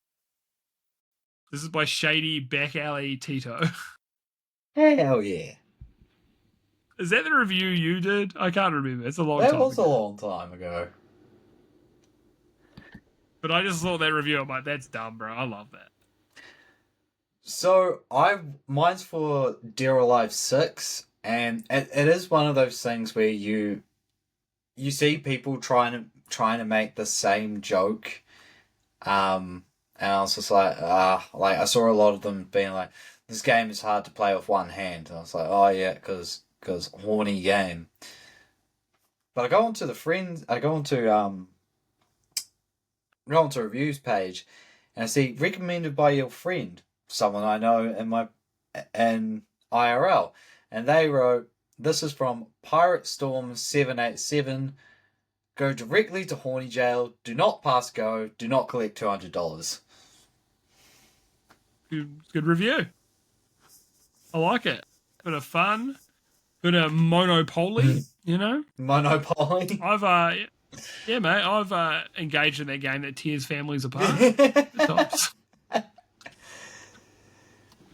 Usually on family holidays in Kaikoura, and would make really, it was my older brother that would just get a bit shitty and cause a big fight, big drama. Did he flip the table? Never flipped. But he flipped out?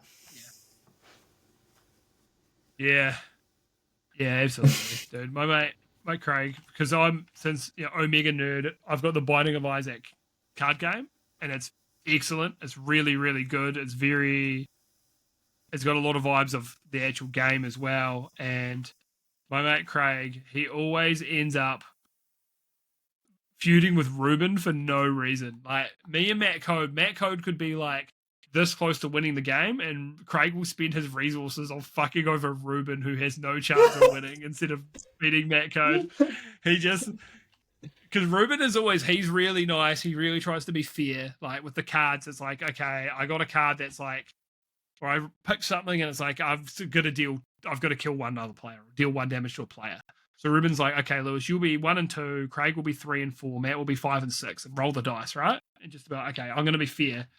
And it'll hit Craig, and he'll be like, I'm going to remember this, Ruben. I'm going to fucking remember this. He takes it personally and just dedicates the entire game to ruining Ruben. Like, 80% of the time, there's a chance me or Matt Code's going to win. 80%. We're just locked in a bit more with the game. We know what we're doing. And I think it's also a little bit because that rivalry that Craig starts for no fucking reason every time. I love it, man. I love it. Craig, I just won't use cards on. I'll hit Matt or Ruben because I'm like, I'm going to make an enemy for life with him. So I just need to not fuck him over unless he's winning, and then I will fuck him over because I want to win. Yeah, it's such a good card game, man. It's awesome. Hell yeah. All right. Unless you've got anything else to say, then I think that's us. It's been quite the doco. Yeah. Bro, I had to put in some work to make this one come together, but I'm glad I did. There's plenty to talk about, plenty of interesting stuff going on. So if anyone made it this far, please, I know, cringe to ask. Like, comment, subscribe. Please do it. Please, I'd really appreciate it. Please, it's my birthday. I'm a birthday boy. Please, it's not. But or I get shot. Please, I'm a little guy. Don't hurt me. It's my birthday. That's a really it's a deep cut. Okay, I'm not going to explain it because it's going to be bizarre otherwise. There was this girl that was posted this thing online. She's like, yeah, I dated this short guy, and he used to just try to pick fights with these bigger guys for no reason. And when they'd be like, fuck it, I'm going to throw down, he'd be like, oh, please, I didn't mean it. Sorry, I'm a little guy and it's my birthday. Please don't hurt me. Just, oh, please, I'm a little guy and it's my birthday. Don't hurt me. It's so funny. Like, she was like, yeah, he would just do this all the time. Like, why is this guy trying to pick fights? I don't know. But please, if you just leave a like, a comment, leave a sub, man. It means a lot. Do the thing I like. I know it's cringe to ask, but that's why I ask at the end. I don't do it at the start. If you ask it at the start, you're like, yeah, I don't know, man. I've got another 2 hours and 50 minutes to know if I fucking like this. You might slag off my favorite developer, Ubisoft, and I'll be upset. I'm taking the like back. But yeah, do the thing he likes. That'd be great. And we'll catch you on the next one. See ya. Bye.